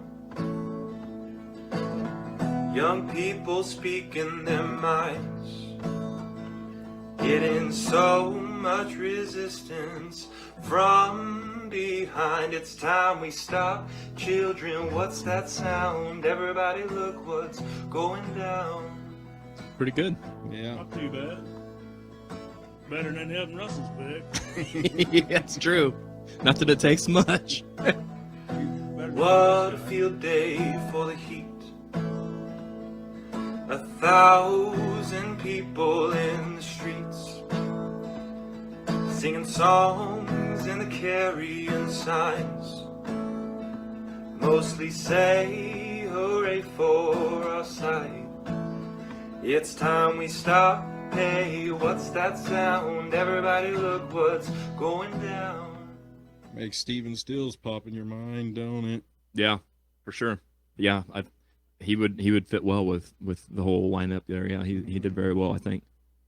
So, all right, Dad. I'll give you another shot here. Or I'm sorry, I said Dad. Russ, I'll give you another shot here. So, no pressure. Make sure you stop this at the right time. Here we go. Okay. Oh, David Bowie. I Fought the Law by the Bobby Fuller 4, as done by Johnny and the Spinsations. So it looks like, let me see here.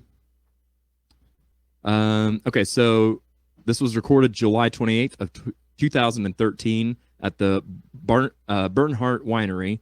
They've got 2,500 views and 100 subscribers, and they're from Houston, Texas. And it also says that Johnny, I'm assuming is who the lead singer is also, quote unquote, Houston's best Elvis impersonator. Wow. With the Spinsations backing him. So this band. So let's see if Johnny really did win when he fought the law.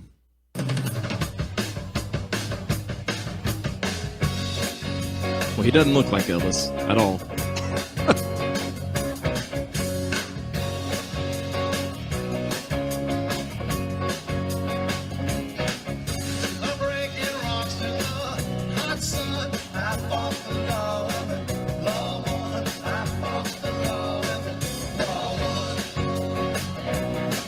Sounds a lot like it. Yeah, it's not too bad. Yeah.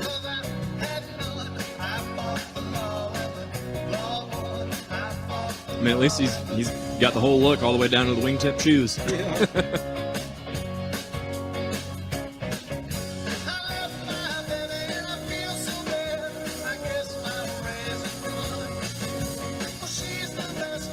You know, he sings very well. He could do some other covers. Yeah, for sure. Like Elvis.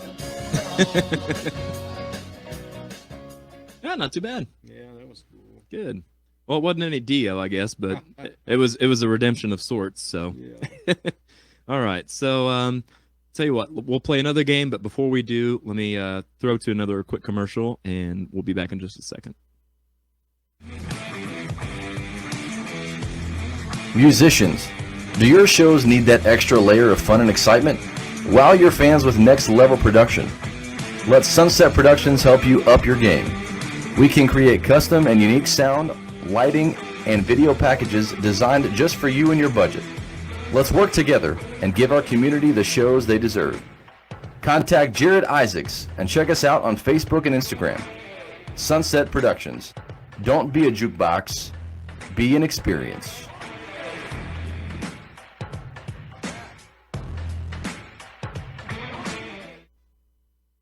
So this is the drum set that was kind of pieced together, I guess, that this is the one that was owned by you or owned by Uncle Johnny? Looked like a team effort there. I guess. Yeah, for sure. Actually, I think those red ones is probably the first set my brother had. And then I think I took those over when he bought the white set, if I remember right. Gotcha. Okay. And the blue snare I bought off a buddy of mine for $10. I remember that. But, Wow. That was a solid $10 investment because it paid off even for me. yeah. And that chrome snare, it came with the white, when he bought his new set, his sparkly white one there, that chrome. So did you play the chrome one just on certain songs then? Is that so it had a different sound? It had more of a tight beat, I guess you'd call it, or whatever. And, I might have played it for rim shots too. I don't remember now. But Gotcha. I don't know. Hardly anybody plays with two snares, but I kind of got used to playing. Yeah. I had a little different sound. So. No, I think that's great. I've seen a lot of modern drummers that do play with two snares, but their second snare would be a piccolo snare, so it has a really high sound. No, Yeah, it has that really quick snap to it too. Yeah. So, Very cool. okay. All right. Let's see. That's probably the beginning of your music career. Trying to teach you how to play the drums there. Oh, that's a cool. Yeah, that's so I talked about that on an episode of the Unsung Dreamers podcast when I was on their show, and they asked about whenever I first started playing, and I said I don't know, but I do remember sitting on Dad's lap and playing drums, and they were like, well, were you actually playing? I'm like, no, I was just hitting whatever I could actually reach. Yeah. So yeah, it was taken in Fayette, I guess, huh? Yeah, By Columbia. Yeah, right. Can't remember. Well, she was born in '83. We lived there until '89, so I know you wasn't probably 3. I would guess probably 3. Denise might be 1. I'm assuming she was probably already born, but then again, I don't know because this would have been in Denise's room. I think, wouldn't it have been? No, I don't think so. No. Okay. Remember that front room up toward the By the front door. Yep. Yeah. I think that's where I cut my drums, so I'd be up toward the front room. Gotcha. Or the little bedroom toward the front anyway. Yep. Yeah, that's where that was. Huh. Wow. Yeah, that's a really cool picture. That's awesome. And this, and I think you might have been a little bit older, but apparently I was getting ready to go out and play one night. Very cool. Yep. With the midnight special. So there's the. Yeah. I guess now is that also there at the house in Fayette, or is that at Grandma's? No, that's not. Yeah, it looks like Fayette. Yeah. Yeah. So that's probably either I was staying home with Mom or going to Grandma's, one of the two, I guess. Yeah, she might have been one of those nights you stayed there. I don't know. So it was pretty common then, I guess, for Mom to go and watch you when you were playing with the midnight special. No, it was very uncommon. Oh. She usually had to work, or. Oh, gotcha. That's right. You said that she was working nights and stuff. Yeah. Or if she didn't have to work, she'd babysat you all, so. Yep. Or stay with you all, I guess. Yep. Babysat, being a mother, I guess that's Right. the same thing. Huh. Very cool. Yeah, I don't know. Here's some pictures by the Midnight Special Band back in the day. Okay. Yeah, I don't know what's up. I looked at this one the other day, and I thought, I never have played my cymbals that high up in the air. Wow. Yeah, that is really odd to see. That's Now, amazing. I do see that in talking about your drum setup, that one thing I always remember is, to me, it always seemed like your drums were very tilted in towards you a lot. And that was, I think, kind of a popular thing back in the 60s and 70s, was it not? I don't know. That's just the way I felt comfortable to me. And Yeah. I think every drummer has their own setup. For sure. And But you're right, though. I don't remember ever seeing you with cymbals that high. yeah, I guess I don't know. It must have been feeling high. No, and that would be I recognize that place is at the Stables, which is a bar there in Brookfield, or it used to be. Oh, wow. Long past gone since. Huh. Looks like Ray. I wonder where in Brookfield that is, because I don't know if you know or if you remember, but Denise used to bartend in Brookfield, if I remember right. And I think the place was called Lucky's. And I'm trying to think of how to describe where in town it is, but a part of me wonders if that's not even the same place. We'll have to look into that and see. I'm sure not. I think the Stables quit being a bar not too awful long after we played there, actually, and I think it turned into a church, I think. Oh, wow. That's an impression to leave. Yeah. Get all you yahoos out of there and change into a church. And, That's cool. Yeah, it looks like Ray Stevens there playing the guitar. It does. It does. So do you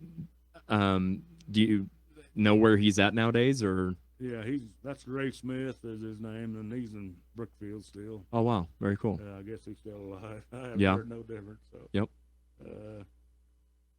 Okay, there's me when that's more like my cymbals. Yeah. Set There you go. But, yeah. Now, even though that bass player looks a lot like Russ, that's not Russ. No, that's his name's Mike Morris, also out of Brookfield, and I had my clear drum set. He played it's a clear bass. Oh, really? And, Wow. Wow. It was the brand of it is Conrad. I don't know if you ever heard of a Conrad. Really? Huh. I remember, and the rhythm player, which is the guy who looked like Ray Stevens, he played Peavy, and our lead player played Gibson's, I believe. Wow.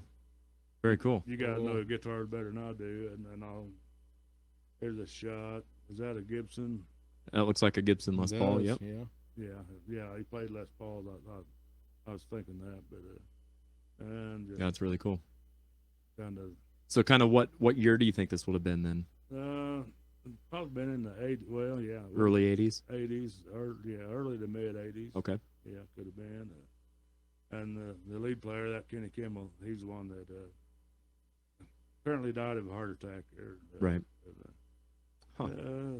There's Mike Morris. He's a bass player. I don't know. He's kind of hard to use the old picture, but that's his clear bass. I was going to say, it does look transparent, so yeah, that's pretty cool. Also, why you can't see it. It's see-through. And here he is again. I don't know if that's any better or not. But There you go. Oh, yeah. That's cool. Is that see-through? I think so. I don't know. It almost looks like it's... It looks like it's brown. Yeah, it does look like it's brown or red or something. Maybe Yeah. that's an early one, and that's a night I had my cymbals up high. I know that. Yeah, and okay, I think on this one you probably see it's clear bass. But, I just gotta move this around there. Okay. Me and Kenny Kimball, Kenny gave me this shingle as a Christmas present that they had made up. Is that what? So that's a shingle. Yeah, it's a shingle off a house. Wow, because I've seen that since the time I was born. I feel like that's always been in the house, in your house. Like that's really cool. Yeah. So, And he made this for you. yeah, I mean, he just selected. And Yep. Put pictures on, selected. Did he do this for all the guys in the band? Yeah, just in different order. Like, Yep. bass player would be Kenny up top, and the bass player up there in the upper right corner. But, Yep. No, that's awesome. But, yeah, he did it. Let's see. There's a whole group photo. Yeah. Yeah, I don't know. You can see, but I'm going the wrong way. But There you go. You might be able to see There you go. this clear bass there. Yes, you can. Yep. I know that's a clear, and there he is at the bottom. Yeah. Yeah. There you could really see that clear that's bass. cool. Those Yeah. are some cool pictures, Darrell. Yeah. Very cool. Yeah. I guess that one that we didn't know was a clear because it looks like the workings inside that guitar they're not cleared. But Well, I almost think that it's a clear base, but that it's got a pick guard on it that's possible. either Yeah. brown or black or something. I think that's what's going on Yeah. because I think you're right, Dad. It is. I think in all those pictures, it's probably the same clear base, Yeah, I but it's don't got that pick guard It on it. looks acrylic. Yeah. I don't remember him playing anything other than that. But Huh. let's see. So, and had you already bought your drum set, or did you see his bass and then think, "Hey, I need to Yeah. match that"? No, I bought them used. So. Huh. Yeah, there's. Very cool. Yeah. Yep. Yeah, that's awesome. And the last one. Very cool. So another thing to point out too is it doesn't look like you guys are mic'd up at all, especially on your drums and stuff. You guys just played with room volume on the amps and stuff, and you just played as loud or as soft as you needed to Yeah. accordingly. Yeah. Yeah, sometimes I'd play a little loud, and Kenny, the lead player, he'd stick his finger in the air, and that meant that I was playing too loud. But Yeah. when I first started playing with him, I thought he meant that he couldn't hear me, and so I'd play louder, and he'd want me to turn it down. Oh, that's funny. Sound signals. It doesn't take long to figure out exactly band hand signals and gestures and stuff. Yeah. I think he's quick to tell me after we got done with the song. I like it when you got to read their lips. Right. Did you see what he said? I can't believe he said that to me. Yeah, back at you. We'll play another game here. This is a new game. I had a really good helping hand with an idea for a game, so we're gonna try this out. This will be the first time that we've played this. This is a game called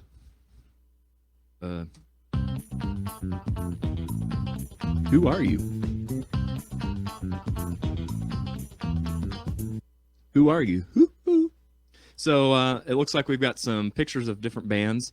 Their faces have been covered to protect their identity, and we'll see if with their faces being blacked out, if you can guess what the band is. So Russ, since you left off on a pretty good note there, better than you had started, we'll start with you on this. So I'll throw this picture up and see if you can tell me what the band is. That's the Animals, isn't it? Let's see. Dad, No, that's the Monkeys. is it? Yeah. Dad, do you think it's the Monkeys also, or do you think it's okay? Absolutely, Oh, monkeys. yeah. All right. Yeah. There's their faces. Oh. It is the Monkeys. All right. Let's see here. Let's try another one. Dad, who do you think this might be?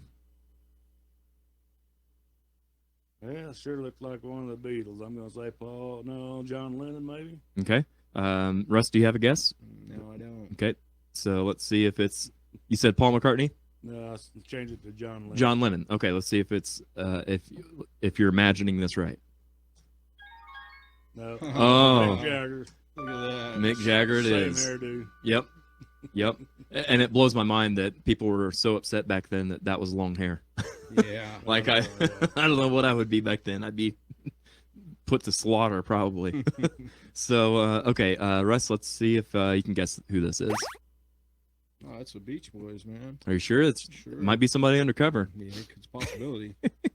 Dad, do you think it's also the Beach Boys? Yeah, he's getting all the easy ones. Oh man. Yeah. Beach Boys.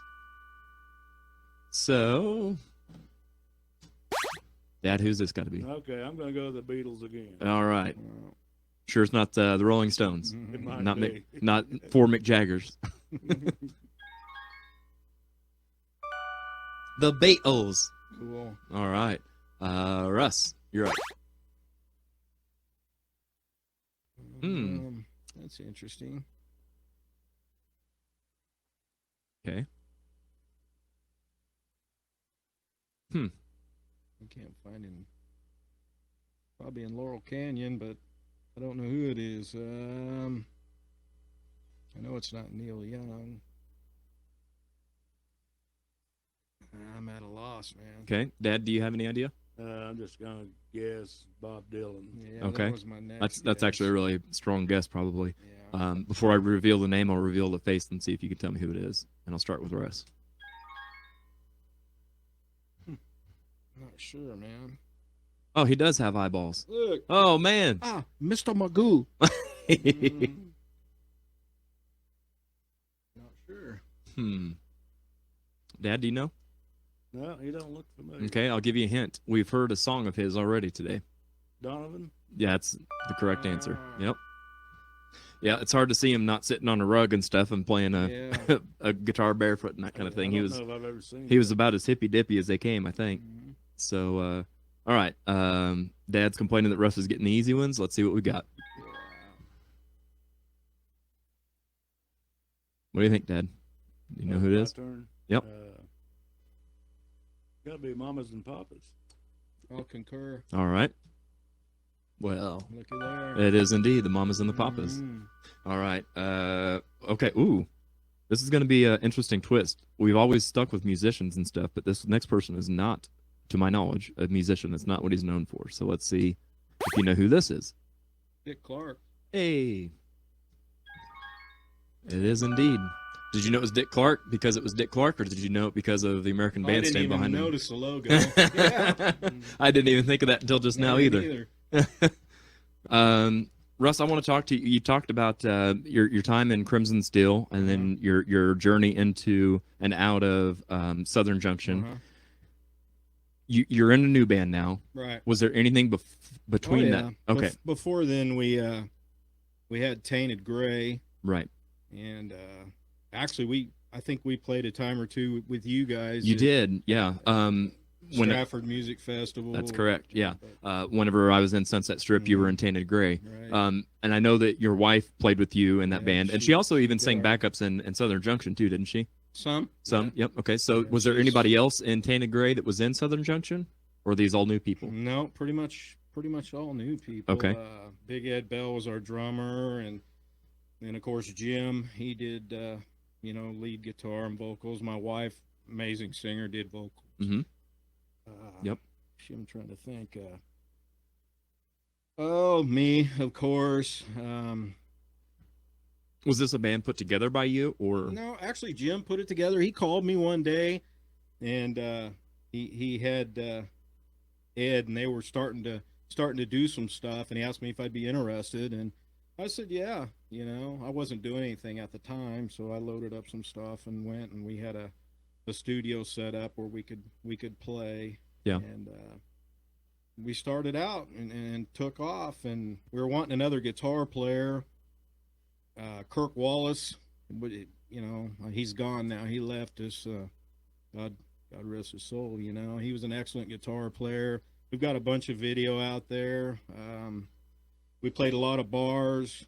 We played some outdoor music festivals, and yeah, it was a really good time. And then we did this for, I don't know, 3 or 4 years, and selling merchandise. We were getting ready to go to the next level and do some recording. And, Oh, really? yeah. So you were doing covers and creating yeah. originals? Oh yeah, we were doing really good. And like I said, my wife, she's Charmin, she's a phenomenal singer too. And Yep. And it was a great thing. I miss it. I miss it a lot. We had a good time. And For sure. unfortunately, there you go again, Jim. He decided that it was time to Gotcha. move along. Well, and go like you said somewhere earlier, else. that was kind of his MO, right? Like he'd play for a few years and then just kind of be Yeah. done and ready to move on to something else. So yeah, it was unfortunate. And we were doing a lot of interesting stuff, and bars, like I said, outdoor venue, everything. We were doing it. Right. It was coming along. the wheels very were spinning well. probably more than they were in Southern yeah. Junction then. Absolutely. Yeah. Yep. Very And cool. then when that quit, I just I kind of put stuff away for a while, and a year or so went by. I met some other guys. At the soda pop shop. Yeah. Actually, I've got a place set up where we do everything, and I ran across some other musicians, and we started doing some stuff, and lo and behold, after a year or so playing with those guys, ended up playing with Jim again and Ed Bell. We were trying to get things going again, and unfortunately it didn't happen. Yeah. And the band that I'm in now, if you don't mind, Inflection, Yeah, that's absolutely. where we're at. Yep. We've come to this part of it. Yep. I'd been following them for, I don't know, they were together for 3 or 4 years or so before I actually actually was invited. Okay, and where are they based? Also there in Ava? No, or? they're in they play in northern Arkansas, central Arkansas. Okay. You know, they play all over, and I'd catch them when they'd come through. And fortunately for me, after 3 years, the bass player, he decided to leave, and John Maglione, he great guy. I love him to death. You know, known him for a long time. Uh-huh. And I got a call, and Todd Kirkpatrick, the singer, Mike Scarf, the drummer. I get giggling thinking about some of the stuff these guys do. You know, they're really cool. I love the inside band antics. Yeah. Like that's what actually makes a lot of this fun and makes the memories. Yeah. So they actually invited me in, and we had a practice. I brought all my stuff down. I told them, yeah, I'd be honored. You know. Sure. Because you'd seen him play and stuff several I'd times. seen Yeah. him play for Right. a long time, you know. Yep. And off and on different venues, and actually they played one of the places with Tainted Gray played. They played that type of things. Actually, how I met him originally. It was an outdoor venue, a fireworks event. Gotcha. And, Uh-huh. So anyway, what happened was we all got together. They had a keyboard player at the time. It was phenomenal, Mike Manicki. He was unbelievable. He's the best keyboard player I ever heard, man. He was just phenomenal. Well, unfortunately, you know, he had some health issues, and I was invited into the band. I got to practice with him one time, and unfortunately, Mike, he left us. He passed away. Oh man. Wow. But on a lighter note, yeah, I miss him greatly, and For those sure. guys miss him too, man. But that He goes to was speak. amazing, That you speaks, know? in my opinion, that speaks on his character and his Oh, musicianship. yeah, he To be was- able to play with somebody one time and it Yeah. has an effect on you like that, and you still have that strong memory of how good he was. You know, it's phenomenal. yeah, Phenomenal musician. Yeah. So anyway, we take off, and we're starting to get together. We're starting to bond, and then this COVID thing comes along, you know, Yep. and fortunately for me, that gave me a couple of months to really hone in on Exactly. our set lists and what we're doing and bonding with these guys, and you know, these are my brothers, Jordan Brake and you know, Mike Scarf, you know, Todd Kirkpatrick, and I'd lay down traffic for them. right. Yeah. Well, They're and amazing, I don't you know exactly what your full set list looks like, but from some of the videos I've It's- seen that you guys post yeah, online, it's kind of what you used to do, Yep. but a newer version even. Oh, Like you guys yeah. are doing a lot more current type. Shine Down, and Yep. just all kinds of. I mean, it's just a variety of stuff, you know. So how has that journey been for you? That transition into from playing like, you know, Southern rock and country and that to kind of more was- modern rock and it stuff. was tough the first few months. I mean, trying to get in and bond with them and learning the music, and Yeah. But yeah, we're there now, man. That's We're really there. cool. Yeah, That's I'm really cool. loving it. Like I said, I'd lay down traffic. Right. You Yep. know, I mean, Very they're cool. awesome, man. I love them to death. So I know that, like you said, you know, the whole COVID That pandemic killed stuff it, yeah. has killed so much for everybody. But So fortunately, it made me to where I can bond. I got to bond with them. Yeah. I love playing with them. yep, for sure. I wouldn't have it any other way. Do you have any shows booked yet with them? No, we are you holding off? No, we're wanting to start rolling now. Okay. You know, yeah. If anybody, you know, a venue wants us, I mean, we're So there. they can find you on Facebook Yep. and YouTube, I guess. Facebook, yep. Get a hold of us. Okay. There's contact information on there. You You can can contact me, and then I'll get with them. Whatever it takes. Yep. You know, we'll put you in touch with our booking agent. There you go. Yeah, we're all about it, man. We're So, ready to roll. You know. Inflection there you see on the screen. Oh, yeah. That's Yeah, I that's got- where to head on I got a Facebook. shirt, So man. hey, Yeah, I got one of our wow, shirts on. wearing your merch and Cool, everything. yeah, absolutely. Dig it. Yeah, I love them. They're phenomenal. Mike Scarf's an amazing drummer. Todd, he's an excellent front man. He sings very, very well. Jordan's a great guitar player. I love them to death, man. They're my brothers, you know. Very cool. It's been a great journey with them, and I'm gonna be there forever.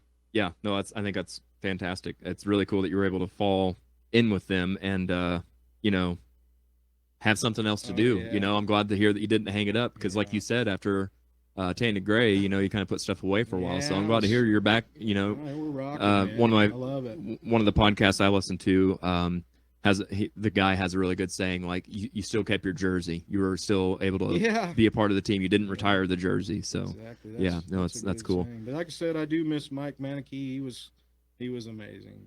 You know, but we're rolling, man. Give us a buzz. Very cool. In fact, I think I've got loaded up here a little clip of you guys playing. So I think I'm not sure if this was at a practice or what, but while we're watching, if you want to kind of talk to us and tell us about what we're seeing here. I think about the only thing I've got on there is probably by phone, and it's a phone recording, so it's probably the sound doesn't really do it just. Sure. But, Well, and that's something that we see all the time too on the covering covers. Like sometimes you get a good quality recording, but most of the time, and that's almost a good thing because you need to see a band live. And we record every practice. We've got that technology. Very cool. That's awesome. Let's check out and see. I think this is you guys covering "Blue on Black," which is a great song. That's so fun to play. Yeah, kind of got our own twist on it, of course. Yep. So let's check this out and see.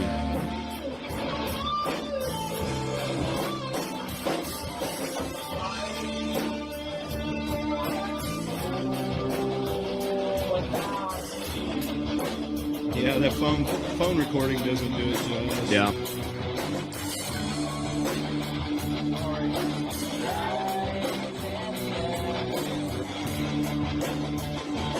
We actually had a benefit gig, and it got canceled. So oh, really? This is where we practice a lot of time. It's called the Barrage. It's a bar down there in northern Arkansas. Oh, really? Yeah, and he's got it set up great. It's a great place. Man. I love playing there. That's really cool. Yeah. But anyway, the people actually came that were supposed to be at the benefit and showed up here when we were going to practice, and it just kind of turned in an all-out party. And which is fun. We played, I don't know, we probably got 4 hours or better worth of music. So. Very cool. So you can do a full night. Oh, yeah, we can do a full night. It's a great time. Yeah, I could see you guys playing in a lot of places up here. I could see you guys playing like at an Archie's or a Dennis's place or Shuffle, like all kinds of places, yeah. And the nice thing about being in a band where you have 4 hours of music, it's great to have 4 hours of music, but there might be some times where you get an opening where you only need somebody for an hour, so and you guys are able to do that as well. So that's good to be versatile like that. Yeah, well, I'll put you in contact with booking. You know, just get a hold of us on Facebook either way, and we're there, man. Very cool. No, I think that's fantastic. Yeah, thank you so much, man. Yeah, I appreciate it. Let me see here. Get Dad back here in the picture, and we will play us another game before we wrap it up for the day. This next game is Guess the Song in Reverse. Oh, wow. Oh boy. So this is, you know, in doing this is either going to be really tough, or you're going to, after like maybe the first time of hearing this, you'll be able to wrap your brain around that melody, and somehow in your brain it'll flip it around for you and you'll be able to hear what the song is. So let's test out that theory and see if you guys are able to do this in reverse.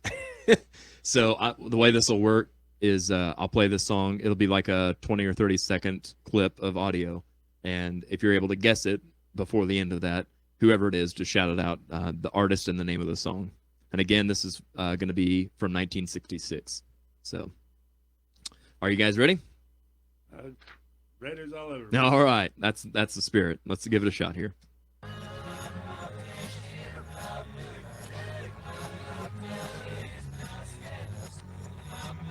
Good vibrations, man. Barbara Ann by the Beach Boys. It is good vibrations, I think. Good vibrations. I heard that keyboard or something in that. Yes. Kind of way. Yep, for sure. But you're right. There is some of that keyboard stuff in Barbara Ann as well. So let's try us another one here. Oh, you know who that is, Darrell. Come on, man. I do know it. Yep. Teardrops at 19. What is the Rolling Stones? No, it's something 19,000 teardrops or what? Oh, 99 tears. Yeah. Let's see, how many tears? Not enough beers. The question marks is the one that did that. Yeah. 96 tears. By the question mark. Okay, let's see if that's correct. Close. Or something like that. You're close. 96. 96 Tears by Question Mark and the Mysterians. That's There you it. go. I forgot the Mysterian. Yeah, Mysterian. I forgot that part. Yeah, well, Dad was just talking about how it's always got to be a name and then the something. On that topic, something else, and putting this together, the word "the." I mean, going back to the let's see here on the Tic Tac No, like just that board alone, somewhere in here in this mess. The Rascals, the Beatles, the Mamas and the Papas, the Loving Spoonful, the Trogs, the Monkees, the Beach Boys, the Associate. Like, it's just, my gosh. So coming up with a band name was only half as hard as it is now, because half your name is going to be the. Exactly. Back then it was like Paul Revere and the Raiders, Right. Gary and the Pacemakers. Yep. Guys, I don't. Jan and Dean. And Russell. And I don't know. Yep. There's always something and somebody. Yeah. Seemed like. Anyhow. It's crazy how that became a trend and how it's absolutely not a trend anymore. I wonder if a lot of that has to do with other band members and stuff thinking that they didn't have enough spotlight and that kind of stuff, if they wanted kind of an equal share. And then you That's an interesting go into the thought. 70s and stuff where you had like the Rolling Stones, where it was, kind of more about everybody. And then even into the 80s, Motley Crue and Van Halen and stuff, where it was kind of about well, not in Van Halen so much, but anyway, you get the idea. Let's try us another one here.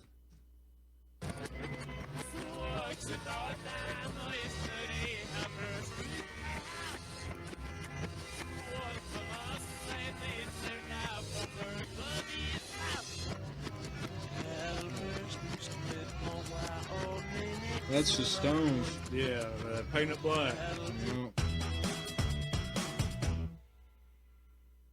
Yeah.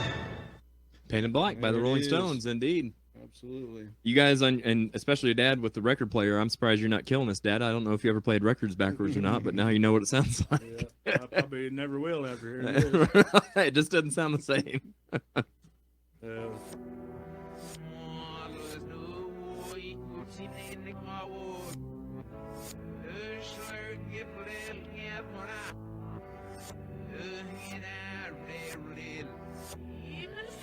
Little Red Riding Hood? No, that ain't right.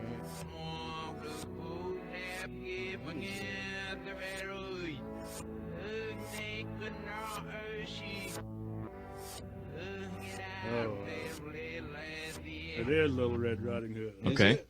Who sang it?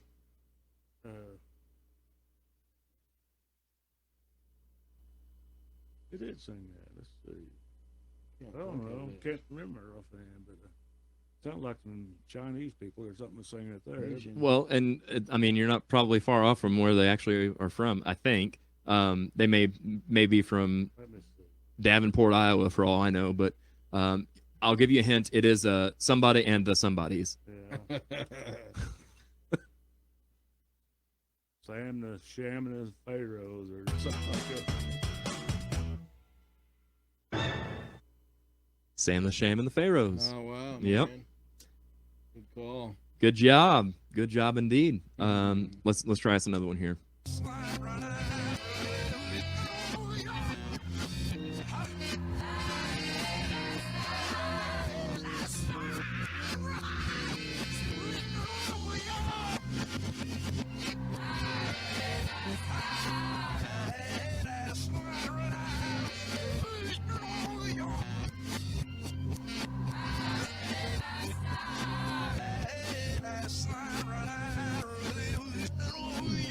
Ride Sally Ride, I think.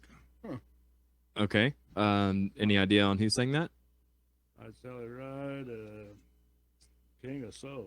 Who's that? James Brown. James Brown. Let's see if you're right here. Mustang Sally by Wilson Pickett. Not even close. But it was later redone. I'm trying to. Who was it that redid that and made it kind of more famous? I want to say in the 70s. I can't remember for sure. Mustang Sally or Yeah, Mustang Sally. yeah, I don't know. I can't remember for sure either. Should have done more homework. Joe Cocker didn't do it, did he? No. I don't think so. I can't remember. I don't know. I'll have to look it up. All right. Well, that pretty much does it for our games and stuff. One thing that I wanted to go back to, Dad, you showed me a while ago too that you have a midnight special shirt. Is this something that you wore when you played, or is this something that you guys sold, or? It's one that I had made up. Okay. Well, I'm kind of a hoarder. I keep. No, I like it. At Who? the front of it, Midnight Special. back of it, I advertise for Ludwig drums. Oh, really? Oh, cool. man. Wow. Yeah. That's very cool. And you had that made? Is that just airbrushed on there on the back? It is at the mall there in Columbia. I think once I went in there and had it made that. That's cool. Wow. man. I wish I would have. That's really cool. If I would have known that, I have a picture that just came up on my memories on Facebook from my band Death May Die, and I did the exact same thing. Again, with no knowledge that you had done that before. Wow. Did the exact same thing. Went to the Battlefield Mall and had Death May Die airbrushed onto a black T-shirt because we couldn't find we had a box of merch and it got lost. So we had a show and I didn't have a Death May Die shirt to wear, so I had one made. So that's crazy. Wow. Very cool. Well, that leaves us with our final thoughts, which is a part where I want to say a big thank you to both of you for being here. I really Absolutely, appreciate man. it. Love to come back. Absolutely. I want to have you back. All right. I hope you guys have enjoyed your time here and had fun kind of telling old war stories and stuff. Yeah. So I just want to say thanks again for making the trip, and a big happy Father's Day to both of you guys and everybody else out there that's watching. Again, next week we will be doing country music from the year 1980. So be sure to tune in next Sunday at 5, and we will see you on the next go-round.